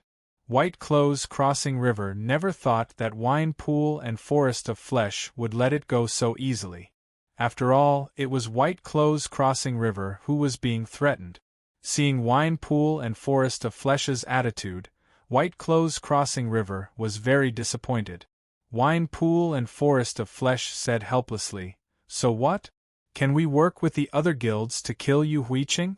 It's fine if we win, but if we lose, then we'll be the ones to lose face. Also, you don't know those people in Chuanjin. When Wine Pool and Forest of Flesh mentioned the name Chuanjin, their hearts were filled with endless emotions. White Clothes Crossing River thought and said, Actually, I have a way to stall them to death. Stall them to death? How? Wine Pool and Forest of Flesh was slightly stunned when they heard this. White Clothes Crossing River said, "There are only a dozen or so people in Chuanjian. They definitely didn't buy the shards for themselves." "That's true." Wine Pool and Forest of Flesh nodded. "It was just a dozen or so people. A few hundred shards was enough." White Clothes Crossing River said, "Since you aren't using it for yourself, then they definitely want to monopolize the market and sell it at a high price. If a big guild like us can't handle so many shards, how can a small guild like them get so much money? Unless loans." Wine Pool and Forest of Flesh seemed to suddenly understand something when they heard this. Chapter 988. Hiss. Hearing Crossing the River in White, Forest of Flesh sucked in a breath of cold air. Crossing the river in White was right. Things like loan interest were directly proportional to the depreciation of the currency. With the current depreciation of gold coins, the loan interest from the system could be said to be ridiculously high. Chuanjian bought so many shards and borrowed at least tens of millions of gold coins. They probably used up everything in Yu Huiqing's main city to get it. The interest of so much money in a day was also an astronomical figure. The game was not like reality. The system was the most important. If you couldn't afford it, the system would not give you any face and directly rob you of all your asset. If it was really as Crossing the River in White said, and all the major guilds were not in a hurry to make a move, then wouldn't this be a bit too extreme? Wine Pool and Meat Forest frowned and said, "If the Chuanjian sect finds out that we did it, they will definitely hate us." Crossing the River in White laughed. "If they are heartless, we will not be righteous. Do you think we, a guild of tens of thousands of people, are afraid of them?" "Yes." Forest of Flesh nodded. "What you said makes sense. Let's do that. These bastards should learn their lesson, or else they will really look down on the major guild." Wine Pool and Meat Forest was no fool. If it was just him alone, he naturally wouldn't offend the complete reality sect. However, if he were to ally with so many large guilds, as the saying goes, judge the situation. He refused to believe that a mere dozen or so people from the complete reality sect would be able to overturn the heavens. Thinking of this, Forest of Flesh calmed down and opened his friends list to create a chat room. On Yu Huiqing's side, Wang Yu took out his angel wings and was about to equip it when he suddenly received a message from Evildoers Run Wild. "Boss, give me permission." "Permission? What permission?" Wang Yu was puzzled. What was wrong with this kid? Permission to enter the main residence. "The soldier at your door wants to beat me up." Evildoers Run Wild replied. Wang Yu was speechless for a moment, then gave Evildoers Run Wild permission. Then, Evildoers Run Wild barged into the room. "Wow, this courtyard is not bad. It's so stylish, and there are so many little brothers guarding the door. I'll buy 2 NPCs to put at the door someday." "What are you doing here?" Wang Yu was dumbfounded by Evildoers Run Wild's upstart face. Brother." When Evildoers Run Wild saw Wang Yu, he raised his face and walked up to Wang Yu. He raised his index finger and waved it in front of Wang Yu's eyes. "Is this how you talk to your creditor? Debtor?" Wang Yu was even more depressed. "Are you still dreaming? Are you asking for a beating?" At this time, Wuji quickly came out and said, "Old cow, be respectful. This is our biggest shareholder." "Shareholder?" After hearing Wuji's words, Wang Yu immediately reacted. He pointed at Wuji and asked, "Where did you get the money to buy the shard?" "Of course it's from me." When Evildoers Run Wild heard this, he smiled and took out a loan contract. "I'm not bragging, but you definitely won't be able to find another person who can take out so many gold coins in the entire game." Wang Yu heard this and was completely stunned. Well, this kid Wuji is really everywhere. He even learned how to attract investors, and the investor is actually Wang Yu's brother. No wonder Wuji didn't have a problem with me not working. He's been waiting for me. "Why did you look for this kid?" Wang Yu asked in puzzlement. It's so easy to get a loan from the system. Borrowing money from evildoers run wild is obviously doing me a favor. It'll be fine if I earn money, but if I lose money, how can I face others as a brother? Hee hee. Evildoers run wild smiled and said, Big brother, as the saying goes, don't let the goodies flow to outsiders. You're not happy that I'm here to take advantage of you? You're taking advantage of him? Wang Yu looked at Wuji and then looked at evildoers run wild. He almost dropped his head to the ground. The people from Chuanjin were famous for taking advantage of others, especially Wuji. People gave him the nickname, rather die than lose. This young man from evildoers run wild wanted to take advantage of Wuji. He was too naive. Wuji heard this and immediately said, Old cow, what are you saying? We're all on the same side. Isn't your brother my second brother? Do you think I'll cheat him? Isn't it easier to get a loan? Wang Yu said again. Wuji laughed and said, A loan from the system is basically a return of 13 out of 10. The big guilds aren't idiots. Everyone isn't level 50 yet and they're not in a hurry to purchase. Wouldn't we lose money if we bet on them? This makes sense. Wang Yu couldn't help but nod when he heard this. Indeed, if his brother had money, he wouldn't need to borrow a high-interest loan from the system. Moreover, with the value of the people from Chuanjin, they wouldn't be able to get a loan that much. After all, the system's evaluation of a player's assets was more professional than in reality. How much will he get? Wang Yu whispered to Wuji. As the saying goes, even blood brothers should settle accounts clearly. On one side was himself, and on the other side was evildoers run wild. Wang Yu had to weigh the pros and cons carefully. Otherwise, the boat of kinship would turn over old debt. What do you mean by how much? Wuji said loudly, These shards belong to second brother. Not bad, not bad. I'm here to receive the goods. Evildoers run wild nodded in satisfaction. F***ck. We've been busy the whole day. Do you think we're just working? Hearing Wuji and evildoers run wild say this, the people from Chuanjin were instantly dissatisfied. One must know that shards were considered rare goods. As long as the price was raised, it would be violent. Everyone was waiting to monopolize the market and earn a huge sum of money. However, Wuji sold it just like that. Even though everyone knew his character, they were still in a bad mood. At the end of the day, evildoers run wild was a businessman. Seeing that the people from Chuanjin were dissatisfied, he smiled and said, It's not working. I'm your biggest buyer. I'll pay you double the price for these shards. How about it? As soon as evildoers run wild said this, the people who were originally angry immediately deflated. What did it mean to be rich and overbearing? What did it mean to throw money away? These words were coined for evildoers run wild. There were tens of thousands of shards. Just the purchase price alone would cost at least 50 million gold. Yet, evildoers run wild doubled the price with just a few words. It was fortunate that he was the biggest mine owner in Rebirth, a local tycoon who made a fortune from resources. Otherwise, if someone else dared to say this, the people from Chuanjin would have slapped him in the face so that he wouldn't dare to brag. F***ck. Although they were displeased, the price was really hard to refuse. If it were the people from Chuanjin selling it themselves, they might not be able to sell it for double the price. However, evildoers run wild was different. He was the most professional in monopolizing the market.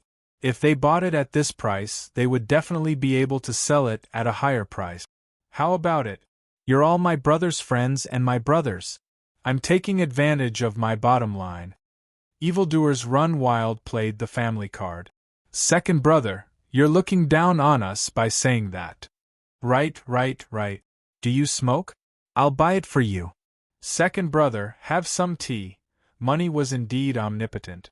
Under the bombardment of 100 million gold, the people from Chuanjin immediately became lackeys. P.S. Wasn't the 100 million gold a little exaggerated? Chapter 989. Hee. Seeing the attitude of the Chuanjian people, Evildoers Run Wild was very proud. He sat on his seat and crossed his legs. All that was missing was someone fanning him. Soon, the person fanning him came over. Wuji smiled and said, "Old Cow is now level 50. Do you want him to wear the cloak to see the effect?" "Yes." "Not bad." Evildoers Run Wild was happy when he heard that. He pointed at Wang Yu and said, "Little Feather, wear the cloak and let me see the goods." "Damn you!" Seeing Evildoers Run Wild being so extravagant, Wang Yu's face darkened. "You must be tired of living." Evildoers Run Wild was proud. "Hey, you're talking as if I'm not your master." "That's right. Old Cow, how can you talk to second brother like that? Quickly wear the cloak and let second brother see it." The shameless Chuanjian people all glared at Wang Yu. F*CK cheese. Wang Yu wanted to cry. He could only take out the angel wings and put them on. However, when he put on the wings, the sky above Yu Huiqing suddenly became covered with dark clouds. Immediately after, a system announcement sounded in the World Channel. City Lord Yu Huiqing, Iron Ox, as a neutral party, slaughtered gods and humiliated gods. His crimes are heinous and cannot be tolerated by the heavens and earth. All players who believe in the light have the right to punish him. Light Oracle, within 48 hours, anyone who kills God Insulter Iron Ox and his people will receive a special reward from the Light faction.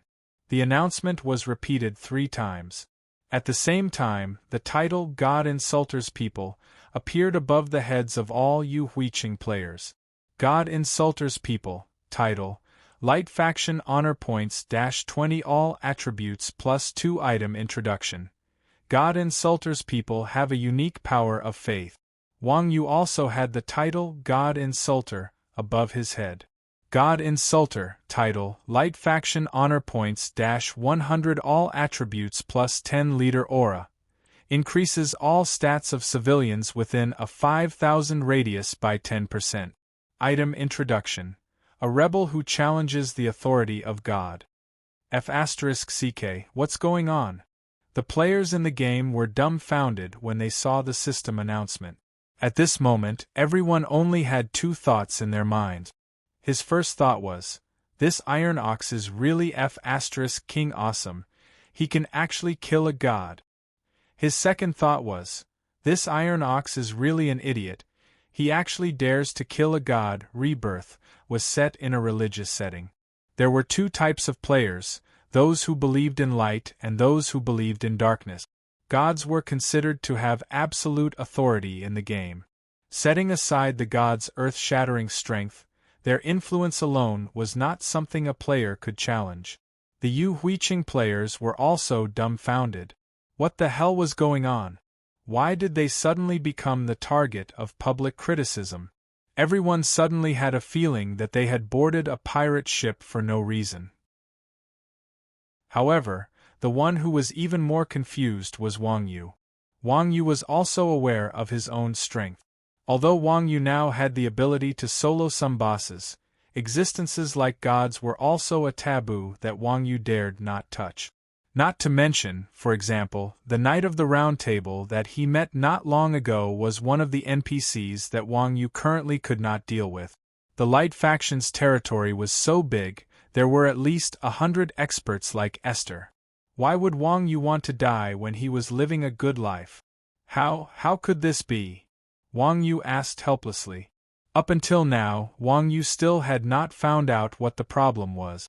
Evildoers Run Wild said with a look of reverence, as expected of an older brother, "You've been provoking people along the way. This time, even the God of Light has been provoked." Wang Yu said gloomily, "Cut the crap, I'm being wronged." "Wronged my ****? Didn't you see the attributes on your cloak?"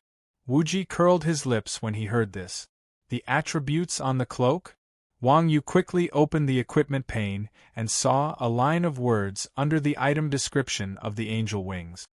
As the symbol of the God of Light's most loyal servant, the angel wings possess unparalleled power and supreme glory.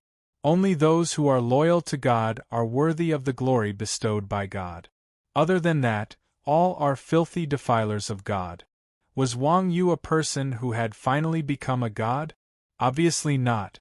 Wang Yu was not even a player of the light faction, let alone a person who was loyal to God. This broken cloak was most likely the equipment of a priest or a knight. Now that Wang Yu had worn it, Wang Yu had become a defiler of God. Yes, it was filthy. Damn, damn, damn, damn, damn, damn. There's even this? Why didn't you say so earlier? Wang Yu broke down. This was clearly a trap. Wuji spread out his hands and said, I just thought of it. What do we do now? Mingdu interrupted. It was one thing for Wang Yu to offend the God of Light, but the petty God of Light actually hated Yu Huiqing's players as well. This godly item was really terrible. Wang Yu said gloomily, What can we do? Do it. Do you think you can run away? This. Hearing what Wang Yu said, the Chuanjian members fell into deep thought. Wuji even rubbed his chin and said, Do you think we can still make it if we migrate now? Everyone said angrily, That's not good. That's too disloyal. TSK. Wuji sked and sighed. I was just asking casually. I didn't expect you disloyal people to really have this idea. F***ck Wuji, you trash. Everyone cursed. Just as everyone was still attacking each other, Evildoers Run Wild suddenly said, Migrate my ass. I can't even leave now. What's going on? Everyone was shocked. Evildoers Run Wild said, Take a look at the quest panel yourself. The Chuanjian members quickly opened the quest panel and saw a mandatory quest at the top. Fight for Faith, Quest Level S. Quest Introduction. Yu Huiqing is the main city of the neutral faction. The city lord, Iron Ox, has been labeled as a god insulter by the Light faction for slaughtering the gods. The Light faction's army has arrived. As a citizen of Yu Huiqing, you have the right to take up arms to defend your home and fight for your faith. Quest details. Under the attack of the Light faction's army, defend the main city for 48 hours until the army retreat. Quest reward. The more powerful you are, the less responsible you will be. Only with enough power can you have absolute freedom. Punishment for failure. Without your home and country, what else can you have? Quest hint. This is a mandatory quest. During the quest period, all teleportation points and ports in Yu Huiqing will be suspended. All players are not allowed to leave the main city. There are still 120 minutes before the Light faction's army attack. Faith my ass. Everyone wanted to cry when they saw the quest introduction. Damn it, everyone had become quest monsters with rewards. If it was in the past, they could at least run away if they could not defeat the enemy. However, now that the teleportation points and flights had been sealed, they could not even run away if they could not defeat the enemy. As a veteran player, the people of Chuanjian understood the craziness of the players. If there was no reward, no one would care. However, this time, the Divine Light God had gone all out. He had promised special rewards for the quest and pulled everyone in Yu Huiqing into the Sea of People's War. Chapter 990. Evildoers Run Wild was the most aggrieved. He was only there to visit, but he was labeled as a Yu Huiqing player. It could not be helped. Every time they arrived at a city, they had to go to an inn to set up a respawn point. This was common sense for players. Even a noob like Wang Yu had developed this habit. In the end, he became one of Yu Huiqing's people. Evildoers Run Wild was even more wronged. Although the reward for completing the quest was unknown, the penalty for failing the quest was clearly stated. Players would die from overreading and their immovable assets would be confiscated. The so-called immovable assets were things like shops and houses in the guild residences. Even the items that players kept in the bank were considered immovable asset. When faced with such a quest, the first thing that players would think of was to put their precious items in the bank. After all, they could level up, and as long as their equipment was not dropped, they could make a comeback. However, now that things had changed, players would probably not dare to put their precious items in the bank anymore. After all, compared to the chances of a main city being destroyed, the chances of items dropping on their bodies were much lower. Evildoer's run wild was pitiful. He was carrying tens of thousands of cape shards. There was nothing else in his bag. If he was killed, he would be worth more than the boss. Thinking of this, the evildoer Rampage wept uncontrollably. Everyone even suspected that the system had purposely done this in order to catch all the unruly citizens of Yuhui City, who had taken the lion's share of the event, in one fell swoop. At this time, Wine Pool and Meat Forest were discussing with the leaders of the major guilds about not buying the cape shards to drag down Chuanjin. However, when they heard the system notification, the expressions of these guild leaders became strange. Normally, they would not dare to attack Yuhuiqing. After all, no matter how big a guild was, it was nothing compared to a main city. However, now that Yuhuiqing had become the target of all the light faction players, the nature of the situation had changed. Once the quest was released, countless players would surround and attack Yuhuiqing. No matter how many players there were in Yuhuiqing, they could not compare to the number of players in the entire game. The current Chuanjin was not the same as before.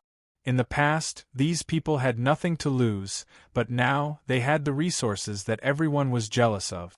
To these people, this quest was the best opportunity to take advantage of the situation. In an instant, the meeting that was originally about how to drag down Chuanjin became a meeting about how to attack Yuhuiqing. Of course, Afterglow City's players couldn't just resign themselves to fate. If they won, they'd make a name for themselves. If they lost, they'd go bankrupt. Currently, Afterglow City's players had cut off all means of retreat and were forced into a corner by the system. If they resisted, they might still have a chance to win. If they did not resist, they would definitely die. There was no such thing as morality in the game.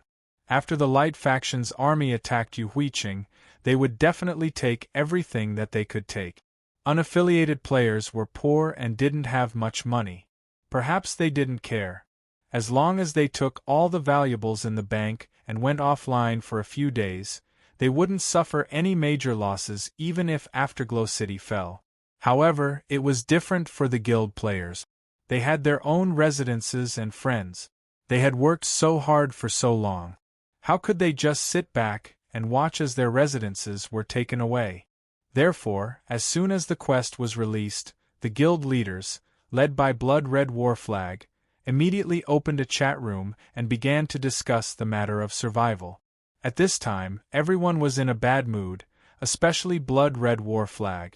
They were depressed. D*MN, is there something wrong with the system?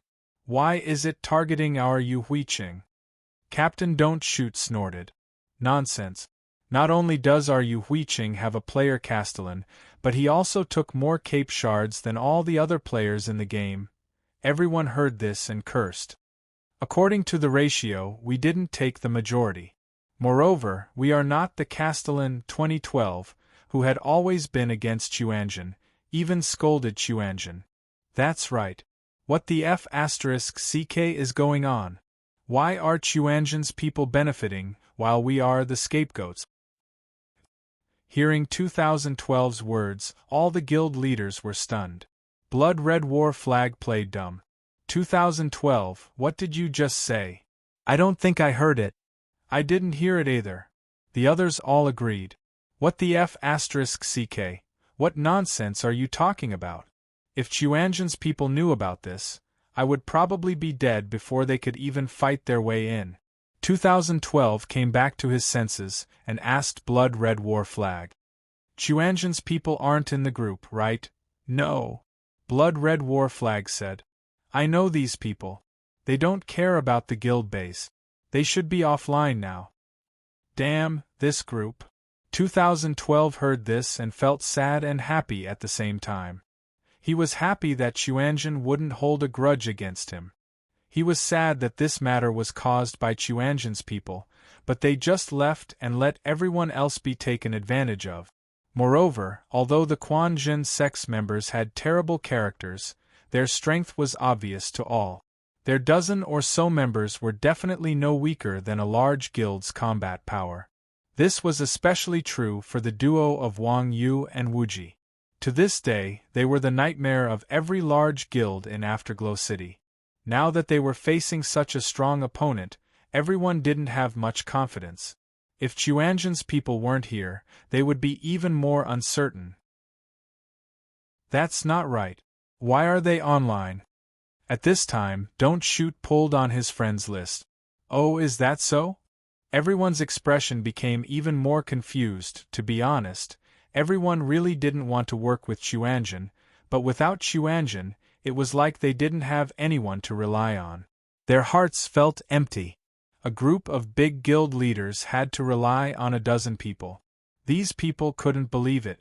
Just when everyone was wondering whether or not to pull Chuanjin's people in, Blood Red War Flag had already made a move and pulled Chuanjin's people into the chat group. Huh? What's going on with the chat group? Everyone was confused when they were suddenly pulled into a group by Blood Red War Flag. Only Wuji said, "What's going on?" "They're definitely discussing how to deal with the enemy." The quest was released for almost 10 minutes before we were pulled in. They couldn't have been discussing how to deal with Chuanjin in these 10 minutes, right? It seemed like Wuji was quite self-aware. He knew that Chuanjin was Yu Huiqing's main target. Hearing Wuji's words, everyone was quite embarrassed. However, Blood Red War Flag's face was even thicker. They quickly changed the topic and said, "Boss Wuji, right now we are in a life and death situation. You have to make a decision for us." Wuji's face was full of disdain. "TSK, I'm not the city lord. Why should I make a decision?" "Nyo go!" Blood Red War Flag and the others cried for Wang Yu. Wang Yu had a good temper. Seeing everyone like this, he wasn't in the mood to bully them. He waved his hand and said, "Approved." Chapter 991. Maps of major cities were available for sale in the library. Although they were expensive, none of the guild leaders had the time to waste on such a matter of life and death. Not long after, the guild leaders arrived at the meeting hall of the Castellan's mansion with a map in hand. The last time they had gathered here, the Castellan had still been an NPC. This time, however, the Castellan had changed. Everyone could not help but sigh. Of course, they were not here to reminisce about the past. After the guild leaders had gathered, Wang Yu and Chuanjin's group arrived at the meeting hall from the backyard of the Castellan's mansion. Seeing the arrival of Chuanjin's group, the chaotic scene in the meeting hall immediately quieted down. "Everyone, take a seat." Seeing that all of Yu Huiqing's big shots had arrived, Wang Yu nodded in satisfaction. Hearing this, the guild leaders hurriedly found a place to sit. At this time, Wuji asked Blood Red War Flag, "Did you bring the map?" "Yes." Blood Red War Flag hurriedly took out a map from its bag and handed it to Wuji. Yu Huiqing's geographical location was in the neutral zone between the light faction and the dark faction. This kind of border major city had one characteristic: it was easy to defend and difficult to attack. This was also the only advantage that Yu Huiqing had. After examining the map for a while, Wuji inserted the map into the magic projector. At the same time, a huge map of Yu Huiqing was projected on the wall. At this time, Wuji asked the guild leaders, "How many players can we mobilize now?" After calculating for a while, the guild leaders replied, "Less than 200,000. Less than 200,000? Wuji frowned when he heard this. He did not expect that, as a main city with more than 300,000 people, Yu Huiqing would only have less than 2/3 of its population, excluding the tens of thousands of guildless independent players. In reality, this was within reason. After all, the bosses present were guild leaders of major guilds with several thousand subordinates. Even the weakest among them had close to 1,000 subordinate. The bigger the guild in the game, the more expert players there would be. These people were big and powerful, so they naturally wouldn't just sit and wait for death. Those small guilds didn't even have a base, so there was absolutely no benefit in getting involved in this hopeless muddy water. The players in the virtual world were the most realistic. They couldn't be expected to shed blood for something that didn't benefit them. When the guild leaders came up with this number, their hearts turned cold. Although 200,000 players did not sound like a small number, it was nothing compared to the total number of players in the Light faction. Even if they had 300,000 people at their peak, they wouldn't have the slightest confidence, let alone now that they had lost another 100,000 people. Well, I don't think we have any hope of winning this time. Yeah, the difference in strength is too great. For a time, fear appeared on the faces of some of the guild bosses, and they even had the thought of retreating. It wasn't that these people had never fought in a city war before, but it was always one city against one city. They had never encountered a situation where one city was the target of so many main cities. They were just a group of gaming geeks. Their understanding of war was still stuck at the level of group fight. As for how to win a battle where they were outnumbered, they didn't have the slightest idea. Almost everyone was thinking about how they were going to fight against so many people with 200,000 players. How were they going to fight against others? If they were only going to rely on their aura and resurrection points, they would just be using their lives to fill the gap. As such, it was normal for them to be afraid. On the other hand, the people from Chuanjin were used to fighting against many people. They were calm and even a little excited. Seeing that these guild leaders were so useless, Mingdu couldn't help but mock them. Hee. You guys dare to mess with guilds with such little guts? The guild leaders' faces turned red from Mingdu's mockery, but they couldn't refute anything. Compared to the people from Chuanjin, they were indeed timid. They could only say, "We're just speaking the truth." Wang Yu smiled and said, "Since you guys feel that you're speaking the truth, can you let me say something too? Please. Everyone was still a little afraid of Wang Yu. Wang Yu said calmly, "I think we'll definitely win this time." Everyone was stunned. What else? Everyone thought that Wang Yu would say something about Li Jufu, but who knew that she would just shout a slogan? "Isn't that enough?" Seeing everyone's reaction, Wang Yu couldn't help but ask. Everyone looked at each other and didn't know what to say. Alright, it seems like I'm not suitable to fool people. Wang Yu sighed and looked at Wuji. You go. Wuji was speechless. He stood up and said, "That city lord Nyo is right. Although we're at a disadvantage, we also have an advantage. There's no reason for us to lose this time." Blood Red War Flag and the others knew that Wuji was full of trick. Hearing Wuji say this, they couldn't help but ask, "What advantage do we have now?" Wuji said calmly, "Home advantage." "What do you mean?" Everyone was a little confused. Everyone knew what home advantage meant, but they didn't understand. Facing so many enemies, even if they had a home advantage, what could they do? Wuji took out his staff and pointed at the map. Our Yuhuiqing is a main city at the border. It's easy to defend and hard to attack. We have a great geographical advantage. Can't you all see that? So what? Aren't we defending the city now? What does fighting with a city have to do with geographical advantage? Everyone had fought defending a city before. Under normal circumstances, they would rely on the city walls and weapons to fight against the invaders. The so-called geographical advantage was completely useless. Wu Ji sighed and said, "Your battle strategy is too conservative. If we were in a situation where the difference in strength between us and the enemy isn't that big, then fighting with the city would naturally work. But in this situation, how many waves of firepower do you think our 200,000 players can withstand?"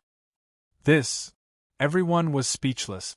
Indeed, there was no such thing as water and food in the game. As long as the firepower of the players was on the same level, the defending side would not lose.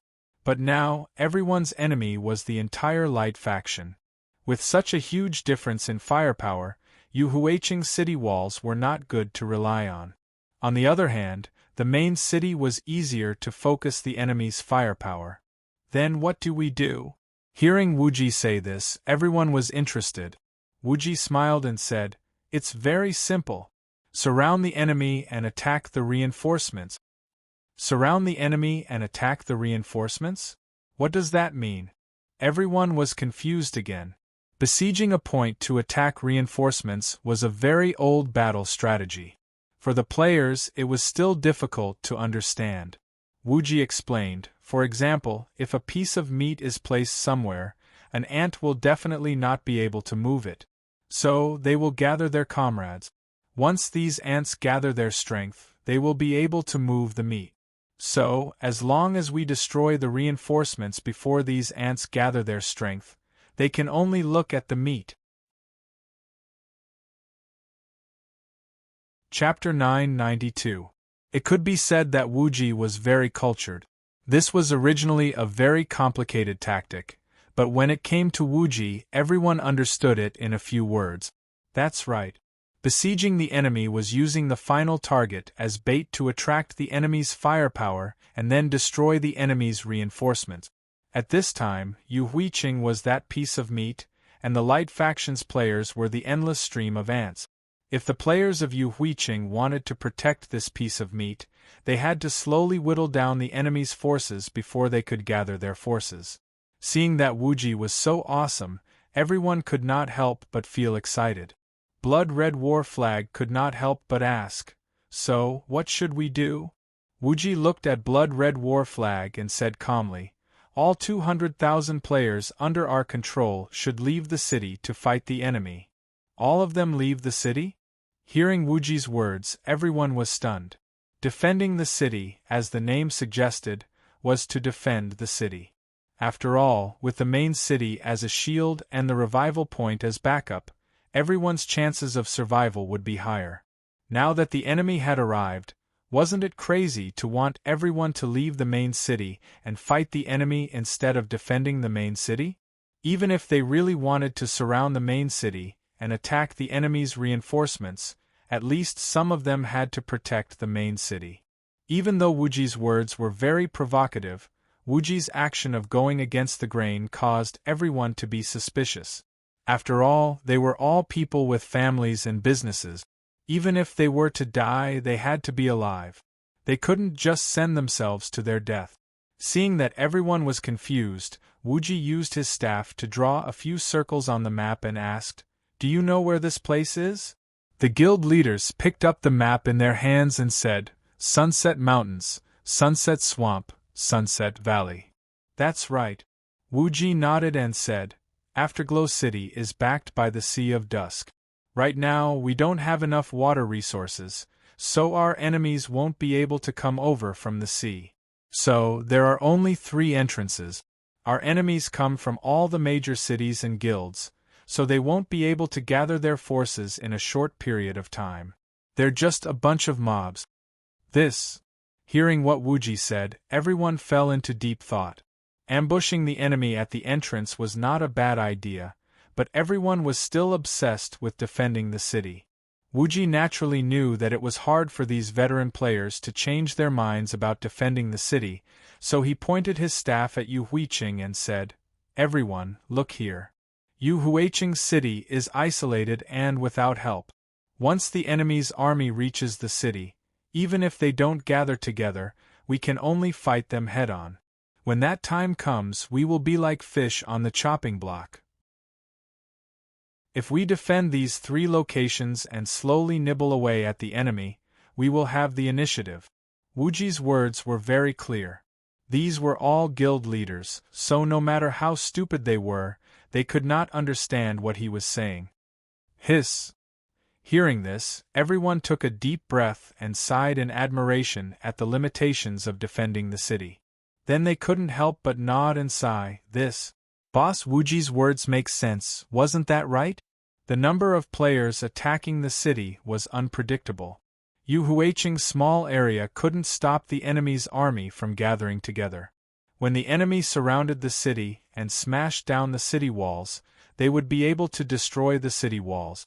Defending the city would be like a cornered beast fighting. However, there were only 3 entrances to Yu Huiqing's territory. These enemies could only enter in batches. If they followed Wuji's plan, everyone would lie in ambush at the entrances and rely on the system's natural terrain to carry out an ambush. They would be able to gain the upper hand by making the first move, and they would be able to instantly form a situation where they outnumbered the enemy. The 2 methods were very obvious, so it went without saying which one to choose. At this moment, Xuanzhen's image in everyone's hearts became even greater. Everyone respected Wang Yu, who was an unstoppable individual hero, but Wuji could still calmly analyze the pros and cons of himself and his opponent under such an absolute disadvantage, and quickly come up with a countermeasure. This kind of tactical talent was something that these people had never seen before. In the past, everyone thought that Xuanzhen was able to dominate Yu Huiqing because of Wang Yu's powerful and peerless skills. Now, these leaders finally understood that that was just a one-sided view. As the saying goes, a gentleman fights with his wits, not his strength. Having an opponent like Wang Yu was indeed scary, but having an opponent like Wuji definitely couldn't be underestimated. In a desperate situation, as long as there was a slight hope of survival, people would do their best. After hearing Wuji's strategy, the people who were already close to despair were reignited. Blood Red War Flag stood up excitedly and said, "Then, Boss Wuji, please give us the order." "Okay." Wuji pointed at the map and said, "Since we're facing the enemy together, we have to let go of our past differences and fight together. Our 200,000 people will be split into 3 groups, so I have to choose 3 people who are familiar with each other to lead the group. As for how to lead them, it's up to everyone." Everyone said in unison, "Boss Wuji, please give us the order." "Okay." Wuji heard this and ordered, 2012, you take 80,000 people to ambush at the entrance of Sunset Swamp, preferably with archers. Blood Red War Flag, you take 100,000 people to ambush at the entrance of Sunset Canyon, preferably with assassins. Leader, don't shoot, you take the remaining players to ambush at the entrance of Sunset Mountain Range. This. Boss Wuji, I have an opinion. At this moment, Leader Don't Shoot suddenly raised his hand. "What's wrong?" Wuji asked. "That," Leader Don't Shoot said in a depressed tone, "why do I have so few people? It was fine if Blood Red War Flag didn't have many players. After all, Blood Red Alliance was the guild with the most members in Yu Huiqing, and they were also an old guild. But what was 2012? In Leader Don't Shoot's eyes, it was just a small fry. Why did he have so many people? Hee. Wuji smiled and said, "Leader, having more people doesn't mean it's useful. The one you have is a special force. It's our Yu Huiqing's most important protection." "I see. Thank you, Boss Wuji." It seemed like Wuji knew how to talk. Hearing Wuji say this, Leader Don't Shoot's depressed mood immediately brightened up. Seeing that Leader Don't Shoot didn't have any doubts, Wuji said, "For the sake of confidentiality, I will send the details of the battle to the respective leaders. Does anyone have any objections?" Actually, Wuji did this because he had no other choice. When the forest was big, there were all sorts of birds. There was always the fear of spies. If he were to announce the details of the battle and someone leaked it, then he would be finished. 2012, Blood Red War Flag, and Captain Don't Shoot were the 3 biggest guilds in Afterglow City. The reason why they were allowed to lead the team was because they knew that no matter who would betray the guild, the 3 of them definitely wouldn't. "No." Everyone said in unison. "That's good." Wuji smiled at everyone in satisfaction and said, "Now everyone go and set up the ambush. Complete the mission." The leaders received Wuji's orders and quickly left the meeting hall. Seeing everyone leave, Wang Yu was confused and asked, "What about us? How many people are we bringing?" Chapter 993. No way. You want me to defend the city? Wang Yu felt a little uncomfortable when he heard Wuji's words. Wang Yu was a responsible person. This matter was caused by Wang Yu. Everyone was fighting with their lives on the line, but Wang Yu had to hide and defend the city. Wang Yu felt bad about it. Wuji laughed. Why are you in such a hurry? Their ultimate goal is the city lord. You're just bait. When Wang Yu heard this, he suddenly felt that he had been tricked as well. 120 minutes was not a long time, but it was not a short time either. It might not be enough for distant enemies, but it was more than enough for Yu Huiqing's players to set up an ambush. As time passed, the Light Faction's players began to gather at Yu Huiqing's entrance. As the countdown ended, a system announcement sounded. All players received a quest change. Kill Yu Huiqing's city lord, Iron Ox, and obtain Yu Huiqing's scepter within 48 hours. The attackers will win. Conversely, the defenders will win. The attackers were confident that they had absolute strength. They did not care about a mere Yu Huiqing. As soon as the quest started, the barrier around Yu Huiqing's entrance was deactivated. All players rushed into Yu Huiqing's entrance.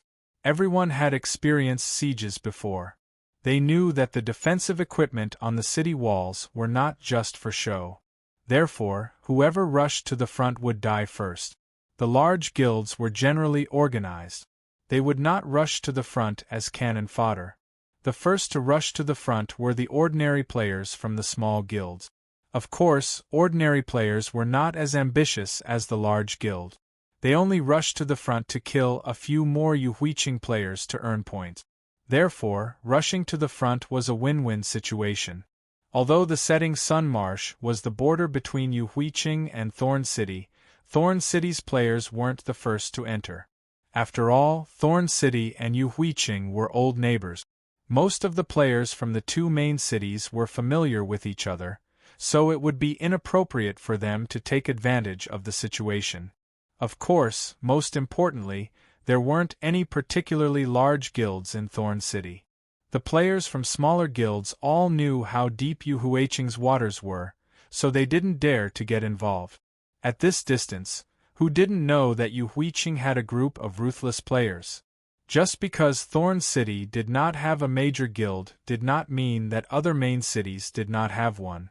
For example, Martial Moving Universe's Martial Supremacy was the best example. As the largest guild in the 7th server, Martial Supremacy's scale was even larger than Blood Alliance's. Apart from those random players who fought to be cannon fodder, no one dared to fight with them. Moreover, Martial Supremacy and Xuanzhen had been enemies for a long time. Martial Moving Universe wanted to bring people to kill Yu Huiqing, but he didn't have the strength to do so.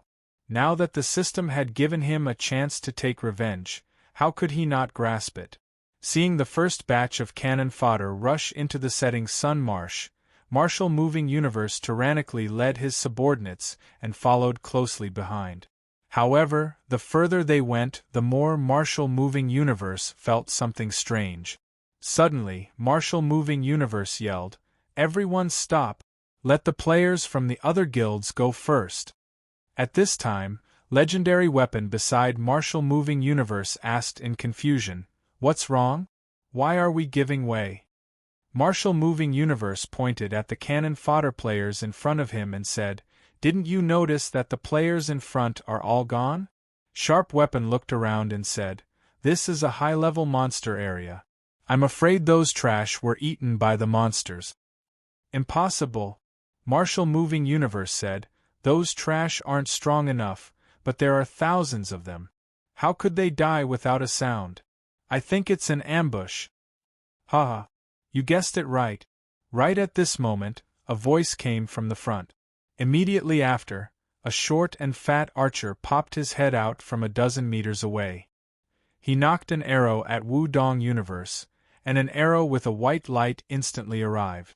Wudong Qiankuan hurriedly ducked to dodge, but the arrow flew right past him, hitting the throat of a mage behind him without missing a beat. "Ah!" The mage screamed as his health bar dropped by half. Just as he was about to dodge, A few arrows flew from other directions, turning the mage into white light. F***CK. Seeing the mage die, Martial Moving Universe was enraged. He pointed at the fat archer in front of him and said, "Who the F***CK are you? How dare you ambush me here?" Martial Moving Universe was also a player. He instinctively thought that the players of Yu Huiqing were all defending the city, so he thought that the ambushers were from other guild. The fat archer snorted coldly, "Humph humph. Open your dog eyes and look carefully. My name is 2012, Yu Huiqing's territory is not to be violated. If you dare take another step, I'll chop you up and feed you to the dogs." 2012 was also a famous expert on the leaderboard. Hearing this name, Martial Moving Universe was surprised at first, then asked in confusion, "What are you doing here instead of defending the city?" 2012 sneered, "None of your business. Hurry up and get your people out of here, or else I'll make you pay." Martial Moving Universe sneered, "What a joke. With just the few people in your guild, you dare." Just as Martial Moving Universe was about to mock 2012 for having so few people, countless arrows came flying from all directions like a swarm of locusts. 2012 brought 80,000 people, of which almost all of Yu Huiqing's archers were here. Almost half of them were here. It was easy to imagine the scene of 40,000 archers attacking at the same time. After a round of shooting, Invincible Supremacy lost a third of his players. Martial Dong Qian Kuan immediately shouted, "Holy shit! How dare you make the first move? Hurry up and fight back." But after the order was given, no one moved? What's going on? Are you all stupid? Martial Moving Universe was furious. At this time, the other players of Martial Moving Universe said helplessly, "The ranged classes were all killed, what?" Hearing this, Martial Moving Universe turned around in a panic. As expected, the first round of shooting from Yu Huiqing's players had killed all the mages and archers. How many people are there on the other side? Seeing this scene, Martial Moving Universe immediately panicked. Martial Moving Universe had more than 10,000 people, and a third of them were ranged classes, which was more than 3,000. Losing more than 3,000 people was all ranged classes. Such a precise killing effect was impossible to achieve unless there were 10 times the number of enemies. What kind of trash was 2012? How could he have 30,000 archers as his subordinates? But other than that, the only explanation was that the other side had 3,000 archers who could instantly kill them. That's even more impossible. Although Martial Moving Universe doubted 2012's strength, Martial Moving Universe's side had truly lost 3,000 people. Regardless of the situation, Martial Moving Universe did not dare to face them head-on. Retreat, retreat. Thinking of this, Martial Moving Universe hurriedly ordered his subordinates to retreat. Chapter 994. My new book is in PK. Please collect it, recommend it, and give me tips. See the latest updates. Chapter 995. Hearing 2012's words, Martial Defiance was stunned. Before Martial Defiance could react, he heard the sound of arrows flying through the air, accompanied by the sound of magic effects. Unrivaled and the others raised their heads in panic, only to see a sea of magic arrows flying toward them from all directions. The setting sun swamp was a combination of a swamp and a forest. The path was extremely muddy, and without an ice mage to clear a path, Unrivaled's players were extremely slow. They became easy targets for all of Yu Huiqing's ranged classes. At this moment, Unrivaled only had around 8,000 players. Yu Huiqing's players outnumbered him by more than 10 times. Moreover, without their ranged classes, Unrivaled and his players were powerless to retaliate. Under the barrage of attacks from Yu Huiqing's players, Unrivaled's players were wiped out in less than 10 minutes. Damn, as expected of Boss Wuji. That's an amazing strategy. He actually slaughtered Unrivaled in just a few rounds. The players of Afterglow City were ecstatic to see their first victory against a powerful enemy like Unrivaled Martial Sovereign. This was especially true for 2012.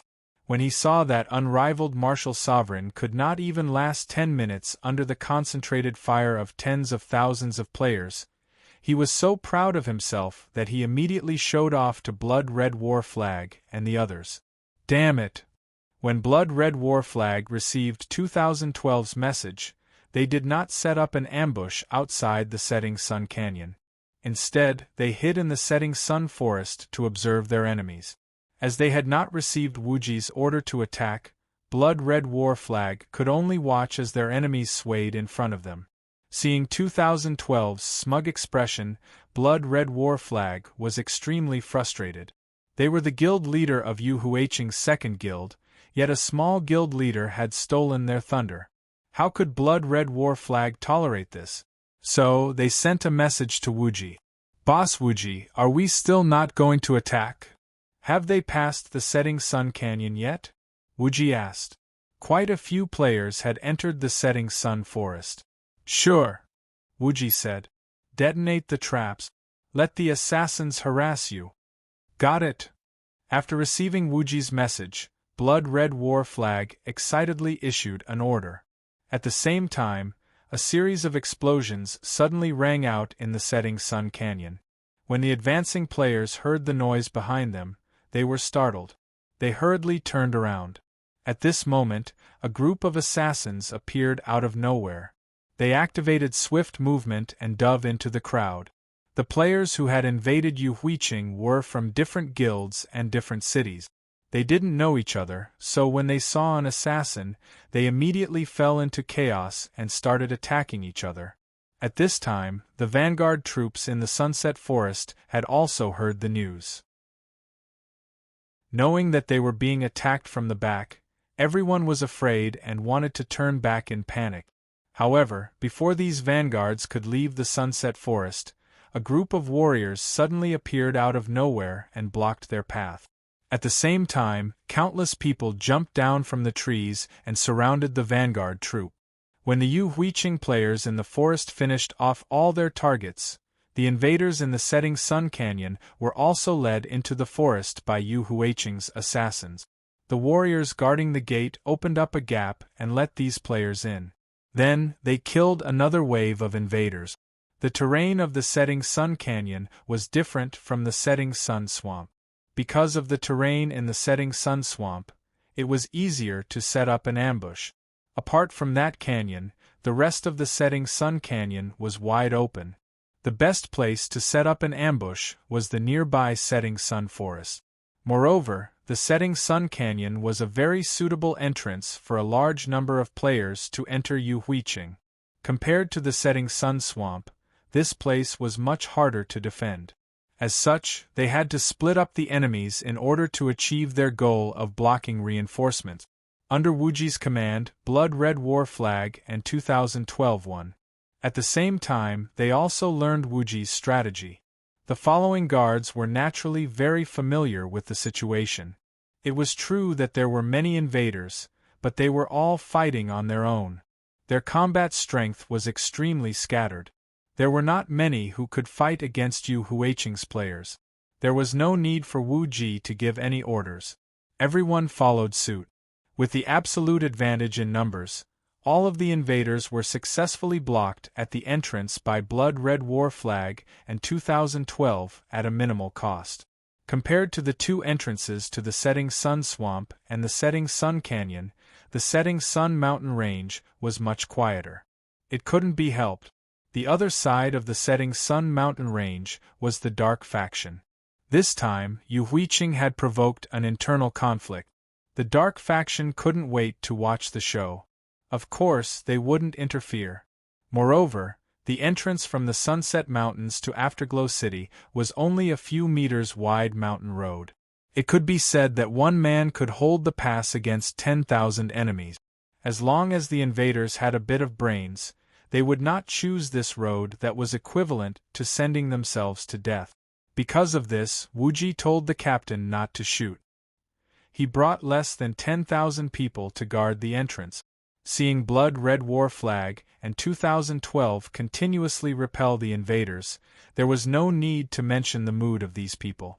They all cursed Wuji for abusing his position to take revenge on Finger Heavenly Sword. The battle lasted for 2 hours, from 11 at night to 1 in the morning. The players of Yu Huiqing had the advantage of time, location, and manpower. They didn't let the invaders advance even half a step. At this time, the system made the first announcement of a truce. Yu Huiqing activated the barrier and called a truce until 8 in the morning the next day. It seemed that the system was quite humane. It knew that it couldn't force the players to play the game all night. Seeing the announcement, Wang Yu let out a sigh of relief. He quickly went offline to sleep. Although Yu Huiqing's players were full of energy, they remembered that there were still battles to come. So, they went offline to rest. At this time, the players who were rebuffed by Yu Huiqing couldn't sit still. After 2 hours of fighting, the invaders suffered countless casualties. They didn't even get to see the enemy. They were killed in one wave. No matter how many people there were, they couldn't withstand this kind of death. At this time, everyone took the opportunity to look at the map to see if there were any other routes to Yu Huiqing. At this time, the captain, Don't Shoot, was holding on to Wuji. He didn't let Wuji go offline. Boss Wuji, we didn't get along well in the past, but we also want to do something for Yu Huiqing. You can't do this to us. We haven't met a single enemy in the past 2 hours. The captain was about to cry. He had brought nearly 10,000 people to guard the Sunset Mountains. In the end, after 2 hours, they didn't kill a single enemy. They were like 2 idiots who worked there for 2 hours. Wuji really couldn't do anything about Don't Shoot, so he asked, "Have you chopped the firewood that I told you to chop?" "Yes, we haven't done anything else for 2 hours. Now, almost everyone has a stack of firewood." The party leader stopped firing and said, "We're a big guild after all. You can't just use us as reinforcements. Besides, do we even need firewood in this game?" Chapter 996. There was a saying in the art of war, never fight a battle unprepared. The players who attacked Yu Huiqing didn't understand Yu Huiqing's situation and rashly attacked Yu Huiqing. As a result, as soon as they reached Yu Huiqing's territory, they were attacked head-on by Yu Huiqing's players and suffered heavy losses. At this time, it could be said that they had learned their lesson. After the war stopped, these players began to prepare. From 1 in the morning to 8 in the morning, there was a total of 7 hours. These players had plenty of time to prepare. On the forums, almost everywhere in the game, players were discussing this matter. Unfortunately, these players weren't like Wang Yu and the others, who had a map of Afterglow City. Hence, even after studying the map for half the night, not only had they failed to figure out the answer, but they had also started cursing each other due to their differing viewpoints. As expected, the world of haters was extremely mysterious. Just as the war of words intensified and everyone wanted to go to sleep, suddenly, a post appeared on the front page of the forum. Big news, Yu Huiqing's map, the essential manual for attacking Yu Huiqing. The appearance of this post immediately attracted the attention of the players who were cursing each other. Meow, everyone was troubled by the fact that they couldn't figure out Yu Huiqing's map. The appearance of this map was like charcoal in the snow. Therefore, everyone couldn't help but click on the post. In less than 20 minutes, the number of views of the post became the number 1 on the front page. However, after the players clicked on it, they were shocked. F***CK. The map inside was actually charging a fee to browse. The fee wasn't too high, 1 gold coin per time. But these days there were countless scammers, and no one wanted to be a sucker. Of course, that was only for normal players. For the players of the big guilds, 1 gold coin was nothing. Moreover, one person who obtained the map could benefit the entire guild, so naturally, no one would feel bad about spending 1 gold coin. For example, a big guild leader like Wine Pool and Forest of Meat happily paid the money, and then everyone received a screenshot of Yu Huiqing's map. Although the screenshot was a little blurry, it was better than nothing. After a round of research, the leaders of the major guilds finally found a third way to enter Yu Huiqing. At this time, the sky was already bright and the truce was over. After a sleepless night, the players braced themselves and began the second wave of attacks on Yu Huiqing. The players who didn't buy the map continued to attack like headless flies, following the route they had used the day before and getting killed. Wave after wave, they enjoyed it. However, after yesterday's battle and studying the map, the players from the big guilds who had bought the map had a good understanding of Yu Huiqing's terrain. The setting sun swamp had forests that were easy to ambush, swamps that were easy to kite, and high-level monsters that were easy to trap. It was a classic terrain that was easy to defend and hard to attack. Although the setting sun canyon was a little wider, and compared to the setting sun swamp, the dense setting sun forest behind it was like a monster that chose its prey, and it was extremely dangerous. The US soldiers weren't bad, but fighting in the forest was because they were scared out of their wits by the Vietnamese. No matter what, it was still Yu Huiqing's home ground. With this kind of geographical advantage, no one dared to go forward and die. Therefore, the players from the major cities and the major guilds took a detour around the Dark Faction and planned to attack from the Setting Sun Mountain Range. After all, the Setting Sun Mountain Range was next to the Dark Faction, and no one would expect anyone to pass through here. Not to mention, these large guilds were no pushovers. After yesterday's battle, they had a basic understanding of the other two entrances' ambushes. Based on the rate at which players died, they could estimate the enemy's exact number. The statistics of Yu Huiqing's overall strength had just been released, and it was only around 300,000 players. Setting aside how many people had logged off and gone into hiding after receiving the quest, even if Afterglow City's players were all hot-blooded and none of the 300,000 players had run away, there were still nearly 200,000 players guarding the two entrances. Excluding the players defending the city, where else would there be enough people to set up defenses? After a series of calculations, the major guilds went to the Dark Faction to ask for passage. Under normal circumstances, the Dark Faction players would definitely ambush the Light Faction players. However, this was a special situation. Almost all the major guilds of the Light Faction were there, and their numbers were many times more than the local natives. Naturally, no one dared to cause trouble. This made the major guilds even more arrogant, and they came to the foot of the Setting Sun Mountain Range in a grandiose manner. Don't shoot, the team leader, was cutting down trees with his men when he suddenly received a message from Wuji. Be careful, some people are going to your side? Is that so? Don't Shoot was overjoyed when he heard Wuji's words. He quickly stood at a high vantage point and looked down. When he saw what was happening, he almost cried. There were more than 1 million players from all the major guilds. How many players were there? Don't Shoot wasn't sure either. However, Don't Shoot looked down from a high vantage point and saw a sea of players standing at the entrance of the valley. He couldn't even see the end of it. You're too humble. This isn't just a few. This is all of them. Don't Shoot was in tears. Not a single one of them came yesterday, but all of them came today. These people must be crazy. Wuji laughed. It's all right. This isn't all of them. Yu Huiqing's life is in your hands. Just do as I say. Got it. Don't Shoot nodded with certainty. While Don't Shoot was talking to Wuji, the players had arrived at the entrance of the valley. When they saw the valley that led to Yu Huiqing, all the players stopped in their tracks. This terrain. Will there be an ambush? What the heck, this place was actually different from the map. On the map, this place was blank. There was no indication that this was a valley. Everyone thought it was a wide entrance.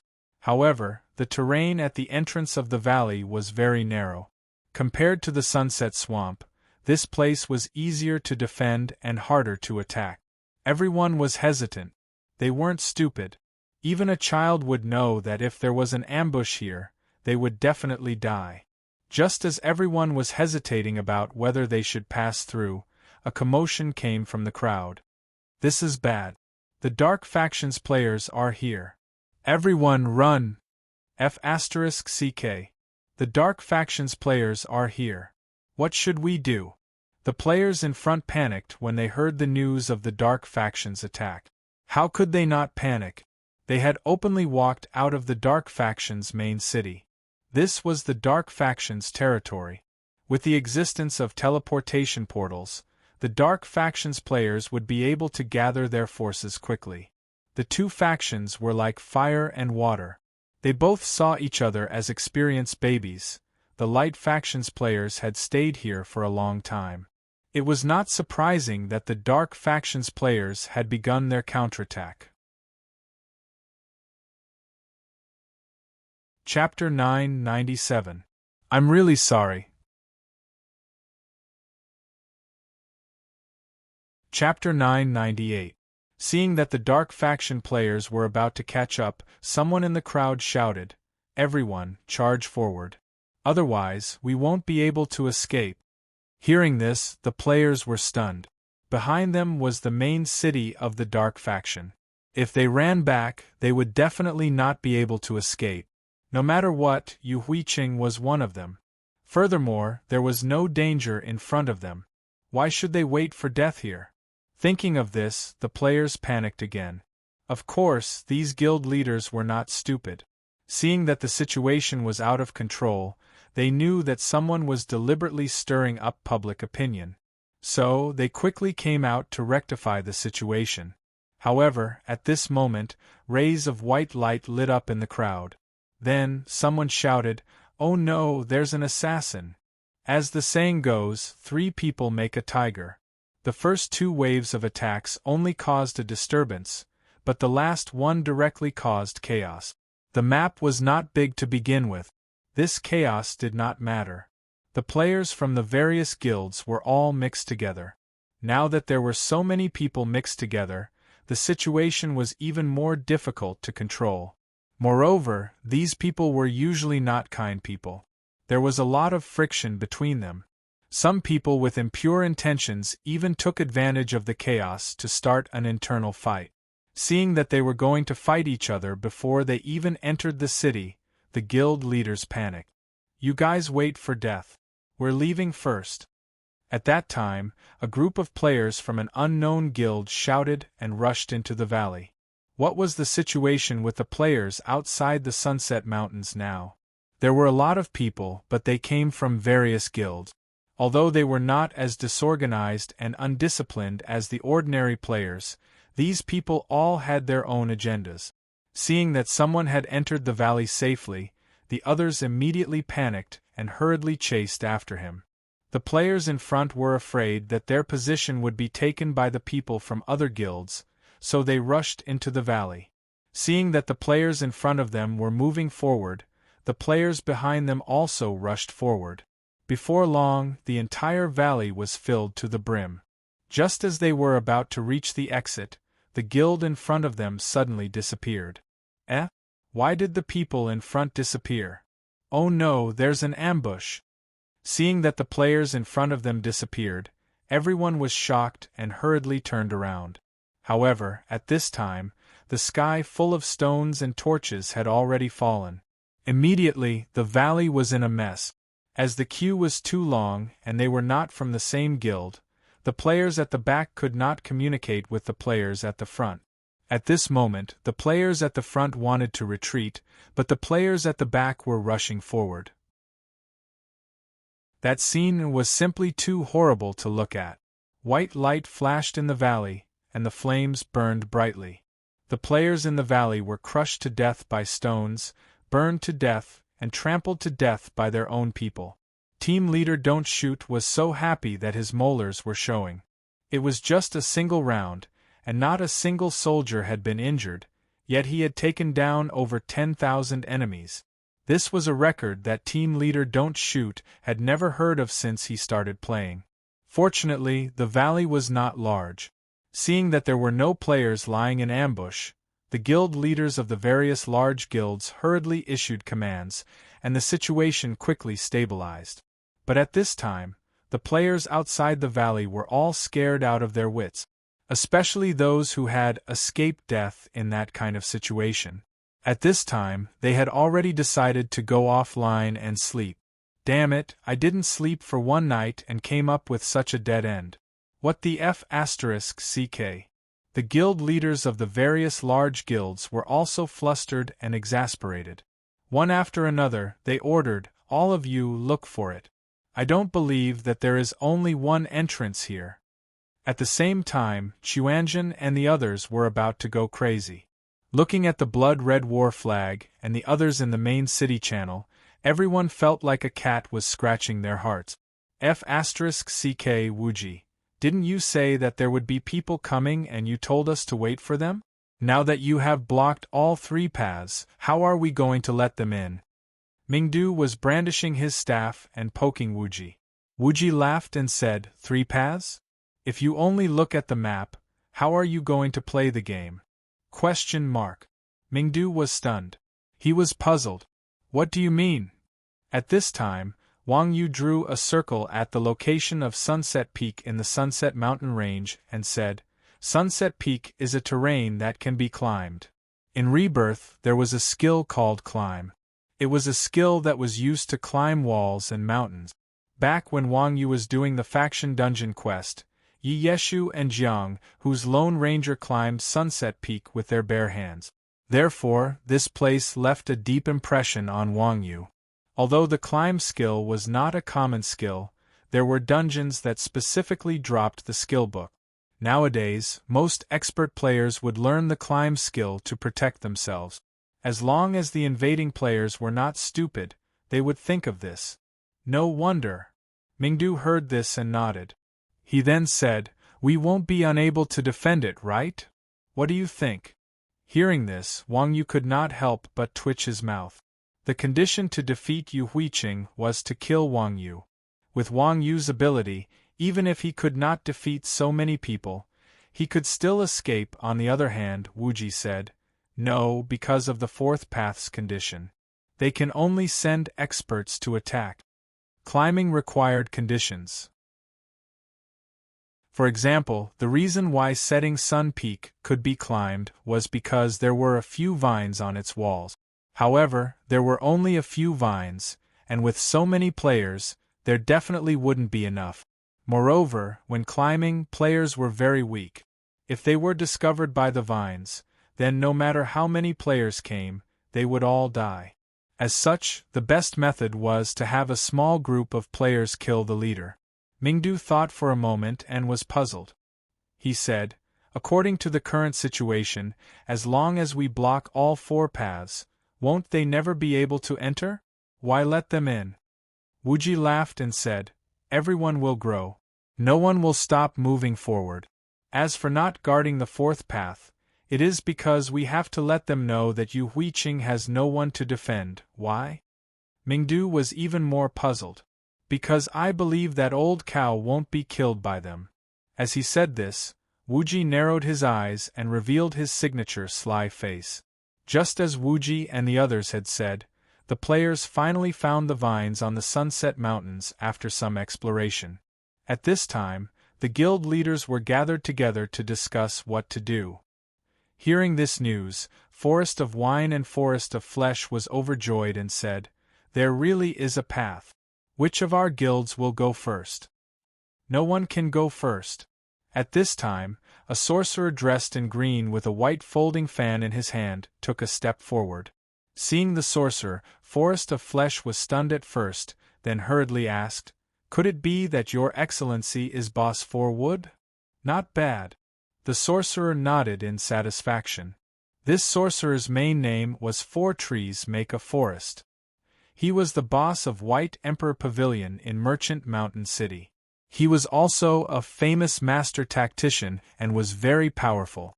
White folding fan and green robes were the signature attire of 4 Trees Make a Forest. Anyone with a little common sense would be familiar with it. Chapter 999. Seeing that everyone was looking at him, 4 trees make a forest waved his fan arrogantly and said, "We have too many people. We don't know how long it'll take for us to go up one by one. We'll be easily exposed if we're such a big target, so I think it's better to create a diversion." Create a diversion? What kind of diversion? The others could not help but ask when they heard this. 4 trees make a forest said, "It's simple. We'll attract firepower in the valley, then each guild will pick a team of their most elite players to crawl over." How many people are there? Can they break through Yuhuiching?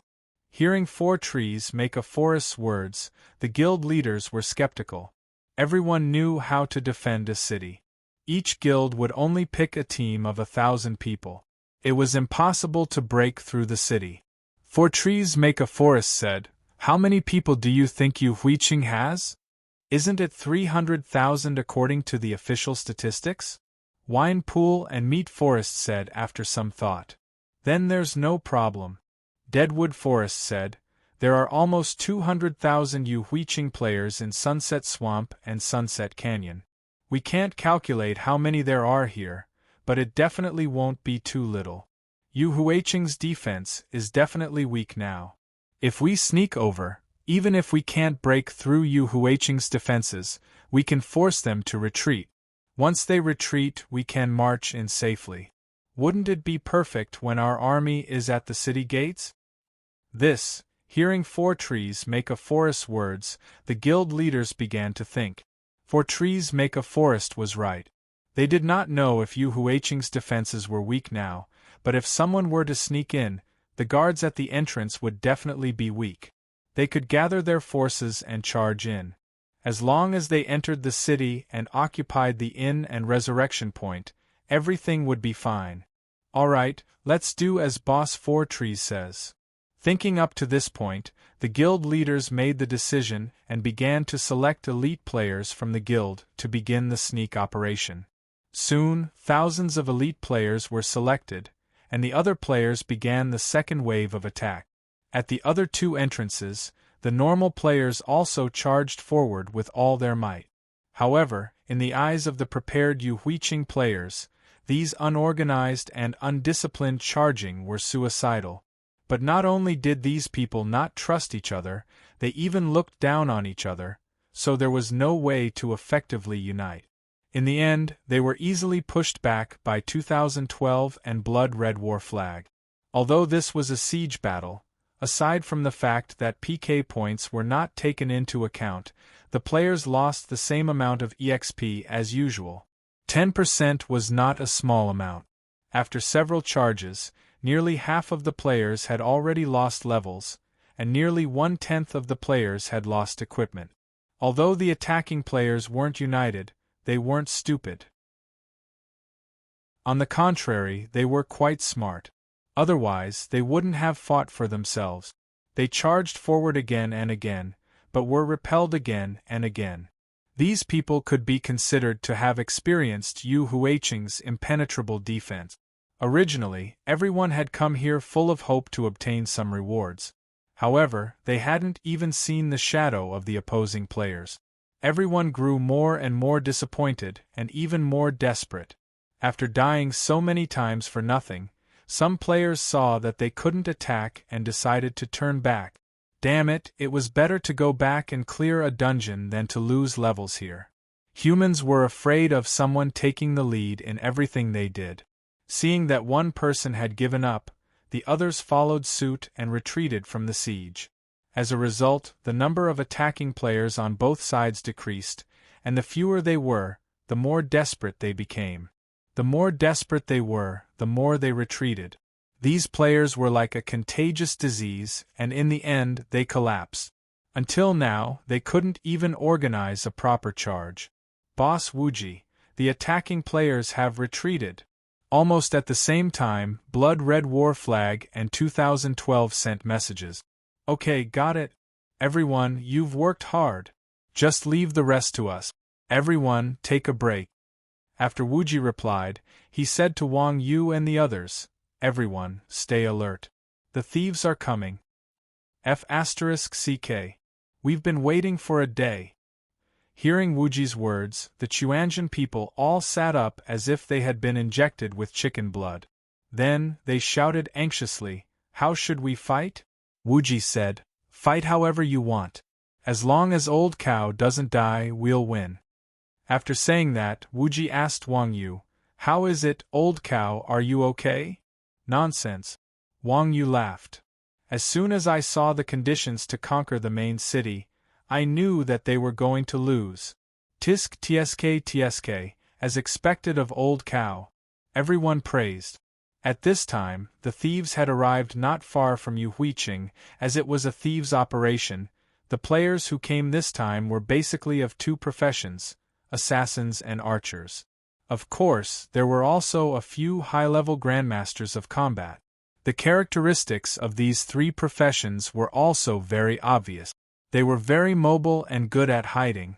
Other than grandmasters of combat, they were very strong in PK and were experts in assassination. However, when they arrived at the bottom of Yu Huiqing's city wall, everyone was a little stunned. Meow, it was clearly a defensive battle, but Yu Huiqing's city wall was actually empty, and the city gate was also open. The scene was extremely strange, and for a moment, everyone could not help but stop in their tracks. "There won't be an ambush, right?" the leading assassin called Sunset Bloodsbane said cautiously. At this time, a grandmaster of combat whose body was as wide as two people sneered. "Ambush my ass." This is clearly an empty city stratagem. Their people have already gone to close the entrance. It's normal that there is no one guarding. Yu Huiqing's people are very cunning. The Grandmaster of Combat seemed to have lingering fear of Yu Huiqing. At this time, someone laughed and asked, "Hey, war is peace. I heard that your raptors were defeated by Yu Huiqing's people?" At this time, someone laughed and asked, "Yes. War is peace," did not deny it at all. "Let me tell you, if we encounter a large group of players, we can fight. If we encounter a small group of players with a yin-yang fish on their chest, we can just retreat." Ha ha! Hearing the words "war is peace," everyone could not help but laugh. "Are you going to talk about that Grandmaster of Combat called Iron Ox again?" Along the way, "war is peace" had repeated Wang Yu no less than 20 times. At first, everyone was still a little wary, but "war is peace" was repeated over and over again.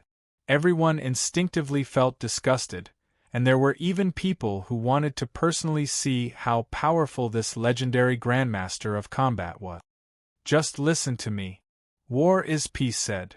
"Don't underestimate them." Everyone laughed. "Listen to you. Are we still playing?